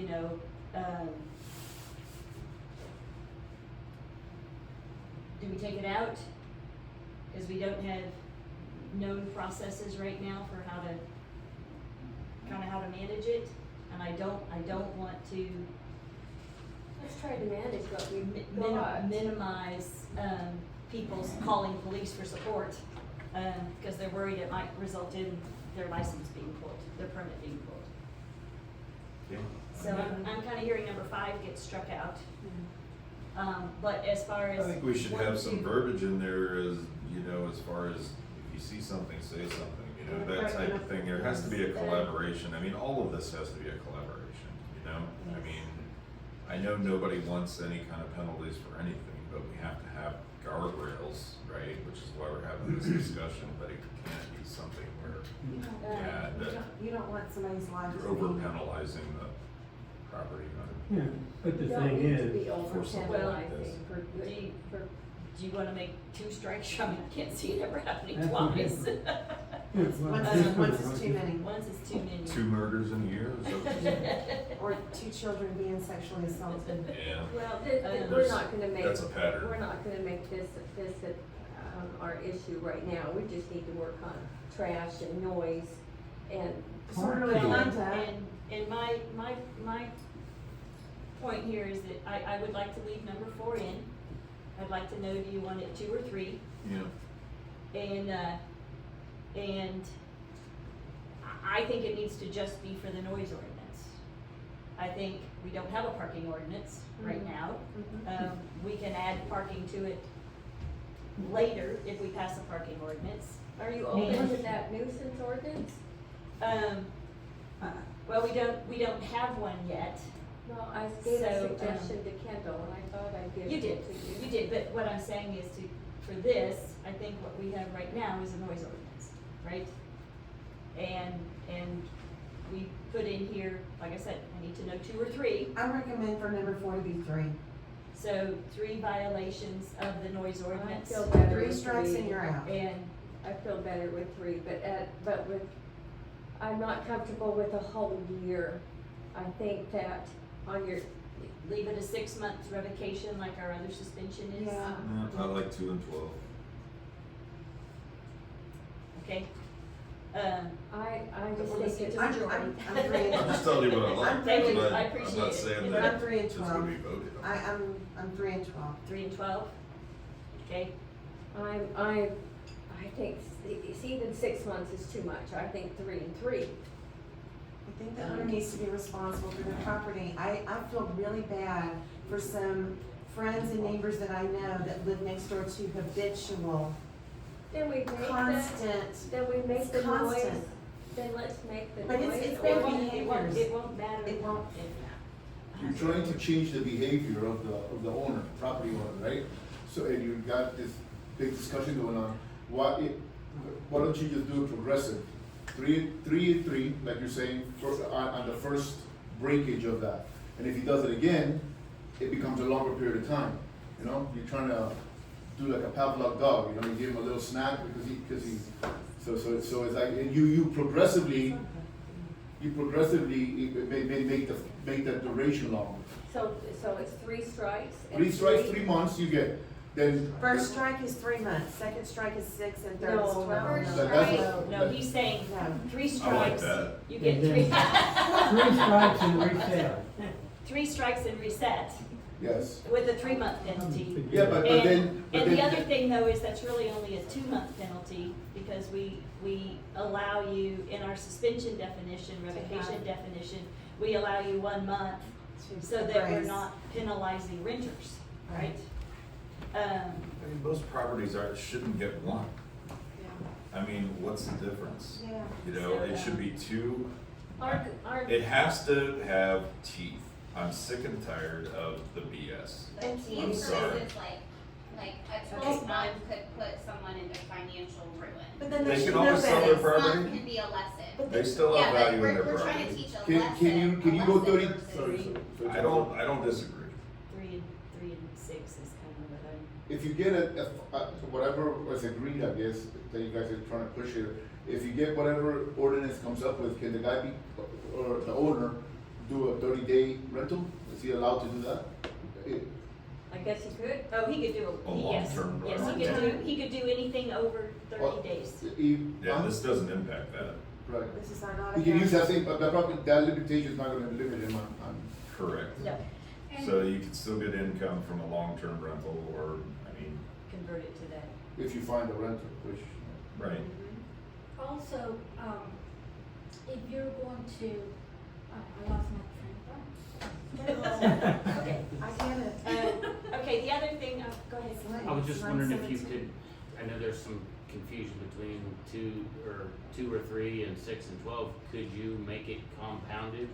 Could you start, you know, if you have 2 violations, it's a 6 month, but the third one then becomes a, Well, it resets the clock. I mean, right now it resets the clock. They're not additive, right? So if you do 3 strikes, it's 3, 3 months, right? I'm not in support of It's still 3 delayed months. until the conviction, I so you think could it's- potentially I'm in have support 4 of 6 months. citations and only get 3 months. 2 convictions of the 4. If it happens on August, if it Yeah. happens on there's October too much to 1st, think about. 3 And it 3 doesn't months stop the isn't behavior. punitive. They would have It's only like lost putting 2 somebody rules on- anyway, right? It's gotta be long enough to hurt them through the summer. It's like suspending an employee on the job and said, okay, we'll let you come, and then they just do it again. You brought them back. They do it again. You're thinking, oh gosh, I should have fired them then. I agree with Alderman But Rennie, 3 and 12. We need some, You gotta set it, you gotta be otherwise the behaviors won't change. I get what you're saying, I sir. mean, these mortgages are $5,000 to $15,000 But then they should be a responsible month. owners. Okay, but I get Responsible that, but owners. six times 5 to 15,000 is a hard lesson to learn. Then be responsible. 12, Well, And we're It giving you is. 3 strikes. Be it's, responsible. does the owner, have you gotten in touch with the owner? Yeah, we've been in touch with the owner. Yes, Okay, it's so a you've been in touch constant, with the owner? but it's said constant you're complaints complaining by about- the people that live around them. What differentiates, that's great, I understand what you're saying there, but what about when it's our property and our children come visit and one stupid little nephew decides to go crazy on me one day and That's he not every goes- weekend. And That's- you're and not that's- renting it, You're And not, that's- that's your So property. he can do that? He can put the noise but you're not threat doing everything to your nephew? No, cause I get the That's a police separate call on me violation. for noise. That's a separate You think they haven't been to my house? My But you know my what, when they son come to got my followed house, to I our turn house it down and I after go to work. bed. So then how come we do not punish you guys? We get noise ordinances if we are, Yes. we've given lots of noise ordinances to residents. Yes. Like I said, Yes. I've been Do we visited. give it, do we give them We over and have over and done over that. and over? Do we give them over and over, any more than 3 for noise? Because we generally when a resident gets a noise ordinance, they fix the behavior. That's what I said, when Yeah. I bust my But disco when it's party, I turn the but- music but down, when I it's go a- inside and go to bed. it sounds, I grew up here, right, so I understand, our next door neighbor, that was their second house, people down the road, they did short-term rentals. It sounds more like personal grievances and nuisances because you live so close to them than it is actually being pragmatic. If the goal is to change the behavior of a vacation rental owner, I don't know with as logical as these people have to be to have been able to invest in a home that they can rent out and to rent it out, that 6 months is not enough to learn that lesson. How many crimes do we commit at a noise ordinance level that we would be persecuted for 12 months? But put yourself in the owner that lives next door to that very bad behaved I just house. said that's how I grew up here. I know did. And I've lived on you- the and island you for were okay? 25 years. You lived in I Jamaica Jamaica. Beach? Yes, I moved here July 3rd, 1999, yes ma'am. I And- grew up being able to walk around the streets. And you were I lived okay with next the to my loud and the activity? We live in and- a tourist destination, and right now you have homeowners that have had to do the price reductions on their house, $100,000 to $200,000 because the economy is too slow. You guys are creating ordinances that are a turn off to people. I People would understand rather that. go buy in Sea Isle, go buy in Terramar. You need happy residents. You need a healthy economy. I agree. 6 months is a good lesson. I understand. 12 months is excessive. But I'm married to a realtor, but there's some realtors that don't agree that that's not the way we want to live in Jamaica Beach, is live next door to people that are chronically bad. Vacation Okay, so destination I- and locals aren't so, spending enough money to support the economy. Okay, so we'll seek a little more input over the next few days before we redraft this and Mary, and I figure out what we do here. I brought it to you before, we've got, several things that we need to look at. What about putting together a committee and having their input, having more input to see and be able to come up with a solution? Didn't Jamaica Beach already try this before? Was it successful? Never. They had it, no, I understood there was an STR. They tried to put together an STR. I remember, I've been living here 12 years. I've been here 12 years. Well, they tried to put an STR committee together. Yeah, but How did that work? actually, the committee works great, and the document they put together was very well done. The problem came in is that at that time, administration got a hold, I know this for fact, they got a hold of that document and totally revamped it and presented it to council without telling council. That's the God honest truth. That committee was lied to. And so was Lied to council. by who? I mean, I'm just, and I'll you know, tell you later. Oh, no, okay. I mean, okay. But so that committee, it wasn't fair to that committee and all the hard work they put together. Yes. Fair enough. So that's not fair to say, because But I'm just saying, we tried it. It's been tried to have a it was, committee. and I attended every meeting and recorded the meetings. And Sharon was on that committee, and they had great ideas. But Okay. I think we need to try that again. Also, I talked to Mayor Craig Brown last night, and Mayor knows this. Mhm. And that's that they're putting together a committee, because they're having the same problems. He invited me to go that, and with her permission, I'll go. Can I say a little bit to that? May I Because I was the finish? guy that wound up, right, with that, to lead the charge to get us an SDR ordinance. And I learned all the things that you're saying is true. I mean, I read all the original stuff, unfortunately. And I just stepped into the elephant trap, you know? And I worked very, very hard to understand it. And truthfully, the administration at that time wanted SDRs. They wanted short-term rentals. They wanted to roll this neighborhood. They wanted to regulate them about the way that they So, wanted to. so we It got, wasn't- it we got a wasn't the way- minimal SDR, okay? And now we're trying to do the right thing. No, now I think we're over-regulating. Listen, here's the thing on this. We need. Definition of insanity. Keep doing the same thing and expect things to change. Yep. Okay? We're not gonna have a good SDR like you pointed We out. unless haven't it had has teeth enough in it. time for the one that we put together last year. And I to think the have the people here are data to capable see of if doing it's that. working. Yep, no time. Well, that's So, what we do the then. other- After we pass this, we can see how it works, and we can have a committee at the same time. Why not the committee before you pass anything? I really don't think we need enough. The committee. timing I think doesn't we're- really matter. We're We capable can- of That's what I'm doing wondering, it. did the committee work the first time? It was an absolute, I well, wouldn't retry listen, something that it didn't work. the committee couldn't have worked Because now you guys are it in was just a office and plan you guys stall. can make it work.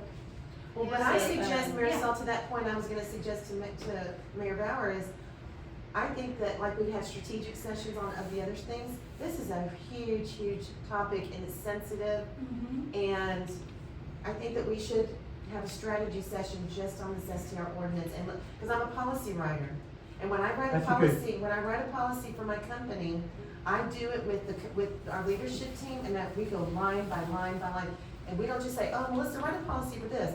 Okay, sure, I can write a policy. But we have to review it, and what do we do when we review? We take 4 hours out of our day and look at it line by line by line, and make sure, because we're gonna make revisions, you have to. I agree with that. I think we have the talent right in this council. The other thing I wanted to bring up, and I'm bringing it up last, is, my recommendation at this point is to take the cap off the table. For a couple of reasons.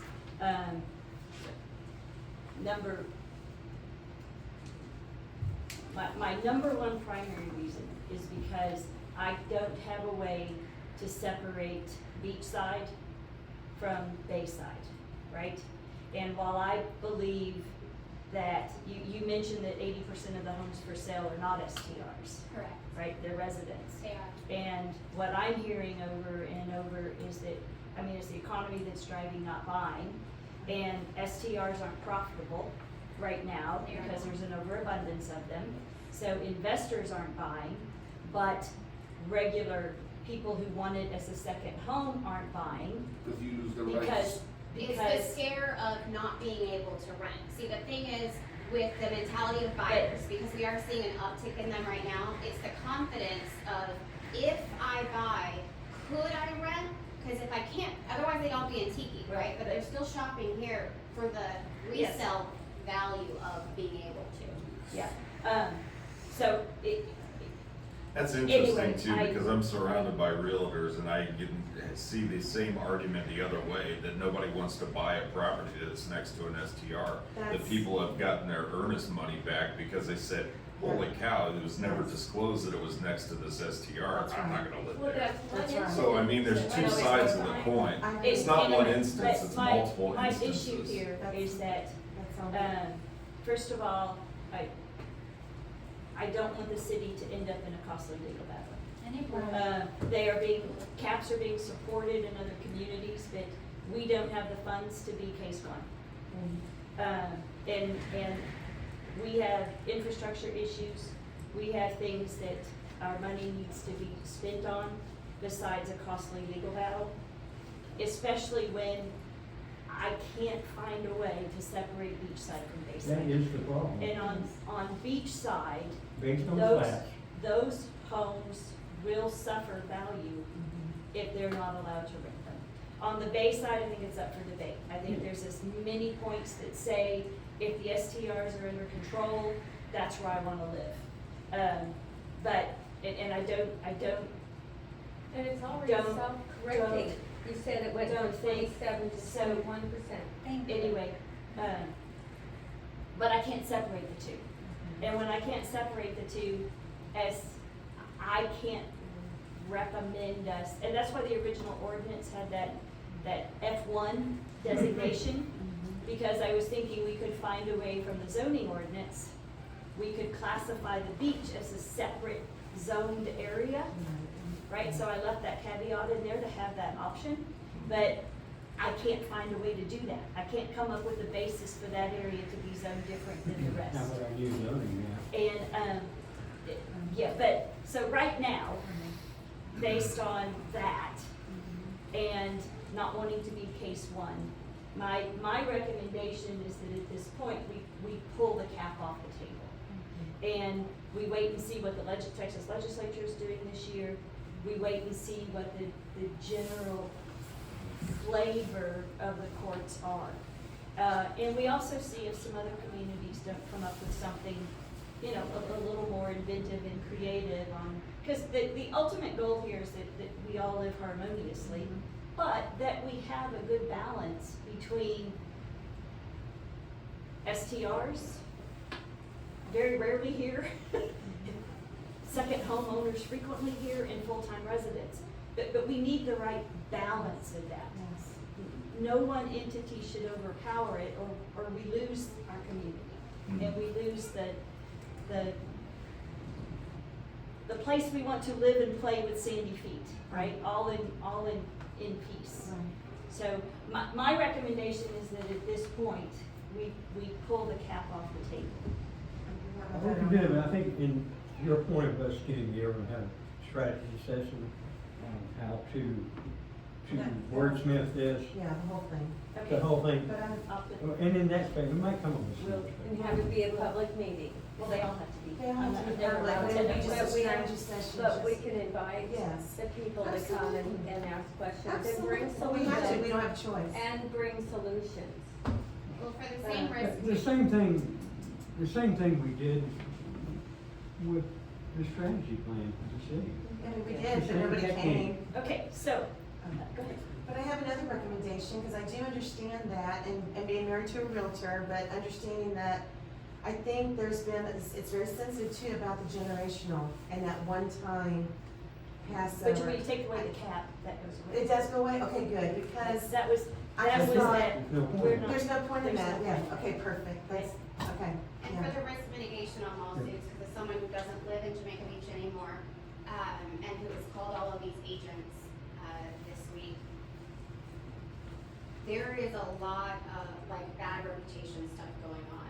And I have watched you guys online, I have a lot of respect for the majority of the opinions that are given, but I think that in this day and age where now things are streamlined, now everybody is getting more involved because everybody's more remote, if we have an advisory committee or a committee that I think more people will step up, and I think because right now it's, oh, they won't do it, because if they do, this lawyer and this lawyer and this lawyer who own these properties are ready to sue. I just got a realtor while I'm sitting here saying she wished you guys would have moved this up sooner, went past her bedtime, so I'm having to give recaps to everybody as soon as I leave here, because it's not publicly shared what you guys, the good work ethic that you guys are doing. I think that was made really clear when you said that no one from the public came to your planning meeting and you guys had to come up with that PDF document all by yourself.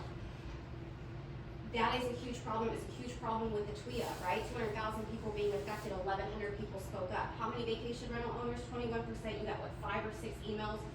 One homeowner came in. People aren't speaking up for themselves, but if you could give if you could start the committee and give some of these Karens and some of the people that are concerned an opportunity to be a part of. Well, I mean, there was a realtor who talked me out of her listing. because of everything that's going on. She's like, we don't wanna buy it for this reason, because Jamaica Beach is this, this, and this, and I'm like, well, I have never been sold out of a property by a listing agent before. I love Jamaica Beach, and I know that they've got all these things, so I'm gonna go to the meeting. I think an advisory committee could help. Well, but you know what, we saw that with voting. You can't make people do things. I mean, there's gonna be low turnouts for a lot of different things. I don't think that's a reflection on us having a strategy session and people didn't show up. We did it availability too. On a Saturday, we even brought breakfast, we did things. Wait a minute, what about the Multiple times. Multiple community? times. What about the community meeting that we had last year, the town hall meeting? That was a huge It was turnout. a huge turnout. There was probably And 200 people everybody there. agreed that half was a bad idea. But going back to, I did want to state something though. You mentioned you lived next door for years, but I had this, when my husband and I bought our house here almost 13 years ago, that was our second home. We lived in Houston, that's where we raised our family. We're empty nesters, we're gonna come here. We made it permanent 9 years ago. But we chose, I think the same respect should happen to people that live here full time, that invested to live here full time. I don't think that I should have to live next door to somebody that doesn't give a crap about how me enjoying as I'm heading towards retirement, should live. And I don't want someone that doesn't care either. My suggestion on being pragmatic about it is, can the lesson be learned in 6 months? Does it have to be 12? 12 feels excessive. I think lessons can be learned in 6 months, especially if you get hit on spring break, you missed out on your whole summer. You know, in the timeshare industry, I pay attention and have since 2006 to the ebb and flow of when occupancy rates are higher. Now, right now, that resort is closed down, right? But I created deals with Landry's, the Bryan Museum, the Spa, all of these different businesses to keep them fed throughout the winter, because we only have 3 weeks of slow time. These short-term rental, I just feel like income-wise, 6 months is painful. And in a down economy where inflation is already up, these families are already at lower margins. Occupancy, I mean, it's just become a lesson versus a detriment are 2 separate things. And my question is, can it be learned in 6 months? Because 12 months, that's a long persecution. Okay, thank you. All right, so, I will look at, coordinating a time to do a strategy session so that we can, pound out, a thing. The committee idea, I'm not in support of. I think putting an advisory group together to help drive alignment between, full-timers, part-timers, and STRs, Can we get right? some, And how we get some volunteers Right. as an advisory group to be at this strategy? They can listen, And and they be can part of it. It's gonna be an So, open meeting. It's an open meeting. yeah, but I think This needs to having, be a council decision. I think having an ongoing advisory group, gotta talk to Kendall about it, because everything we do has to follow the Meetings Act, and it has to be, Open meeting law. you know, and it takes staff time to manage that and drive that. Ready to and, vote. Like so, tonight, What we're are we waiting almost for? 10 Come on. o'clock. Anyway, it's just talk. Okay, so, Can I say one thing? I hope the strategy of this strategy session will be to finally put all this together. yeah, that Yes. is, the outcome is Not just these ones, these burning ones, is to come away with a, noise, With an parking, ordinance. trash, the whole works. okay, that's a good ad, thank you. Let's do it. Let's finally do it. Okay, thank you. All right, so, that closes this discussion. I think So we're we have a decided we're call forward. cleaning this up and then we're voting. Not today, Not tonight. next time. Oh my gosh, I missed it. No, I think there's one more strategy meeting in there for us to hone out the details of the ordinance, so that we walk away with, Is that what we all decided on, or is that, I recommended having a strategy session just on this. right? You know, committee. we have a recommendation for that. So, So did we all decide on that? no, that's my call. After listening to council input, There you go. I don't have any powers, but when I have is to pull meetings together. Okay, so, at this mayor's report. And I don't have a lot for the mayor's report. I do have, let's see, questions come up on STR payments for hot tax. There is a method online in this new portal we've developed. We will still take your checks, as we always have. So, we prefer you to pay in the portal. It reduces staff manpower and having to manually put it in and track it, you know, and deposit it and everything else. But, you are still welcome to send a check. And then, the 24-hour, we are working on our infrastructure plan, and we'll bring updates to that soon. And then, let's see, the other thing I needed to tell you is May 12th, 1975 is our 50-year anniversary. So we intend to have a bit of a 50-year celebration. And I need y'all to let Kendal know your preference. So that May 12th is the date. The proposed dates out there, May 10th, which is the Saturday before Mother's Day, is an option. 2 weeks before that would have been our big Easter celebration. 2 weeks after that is our big Memorial Day celebration. So, like I said, the May 10th weekend is an option. Attendance, you know, we get a lot of people down here for Mother's Day, but they're usually pretty committed to mother activities. May 17th is an option, but here again, the next weekend is the 24th. Or we can combine our anniversary celebration with the Memorial Day celebration. So I just need to please let Kendal know what y'all's thoughts and preferences are on that, because we need to start kicking off that planning. Cinco de Mayo.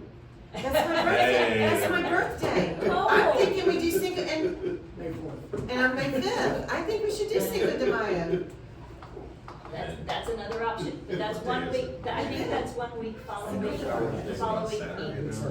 is on a Saturday. Is And if you want like Lighthouse Charity to help prep the food so you can use it as a fundraiser and save time, just let me know. Actually, they usually ask us for a donation when that happens. No, it's on Well, the now I'm trying to help you. Yeah, so, Good idea. and I believe Easter is the 27th Easter's late. or 20 Easter's on the 20th of April. of April. Yes. April 20th is Easter. So if we do the first weekend in May, it's awfully close to the Easter celebration. Birthday's 2 days. So, anyway, if y'all would just let Kendal know kind of we'll see what the votes come out with, and then we'll move forward. Mhm. All right, so that's my mayor's report. So, do we have a motion to convene into executive session? I make a motion to just cancel. Is that what I do? Into executive To session. adjourn into executive session. Adjourn to executive session? Okay, so we've done that at 9:32. Who's seconded? Nobody yet. Second, 9:42. that we adjourn to executive session. Yes, I said, Okay, yes. right. Thank you. I didn't tear your house Thank down. you guys for coming. How can Lisa hasn't started with the engineer? I mean, he said he was gonna look up the rules. I'll have to check with the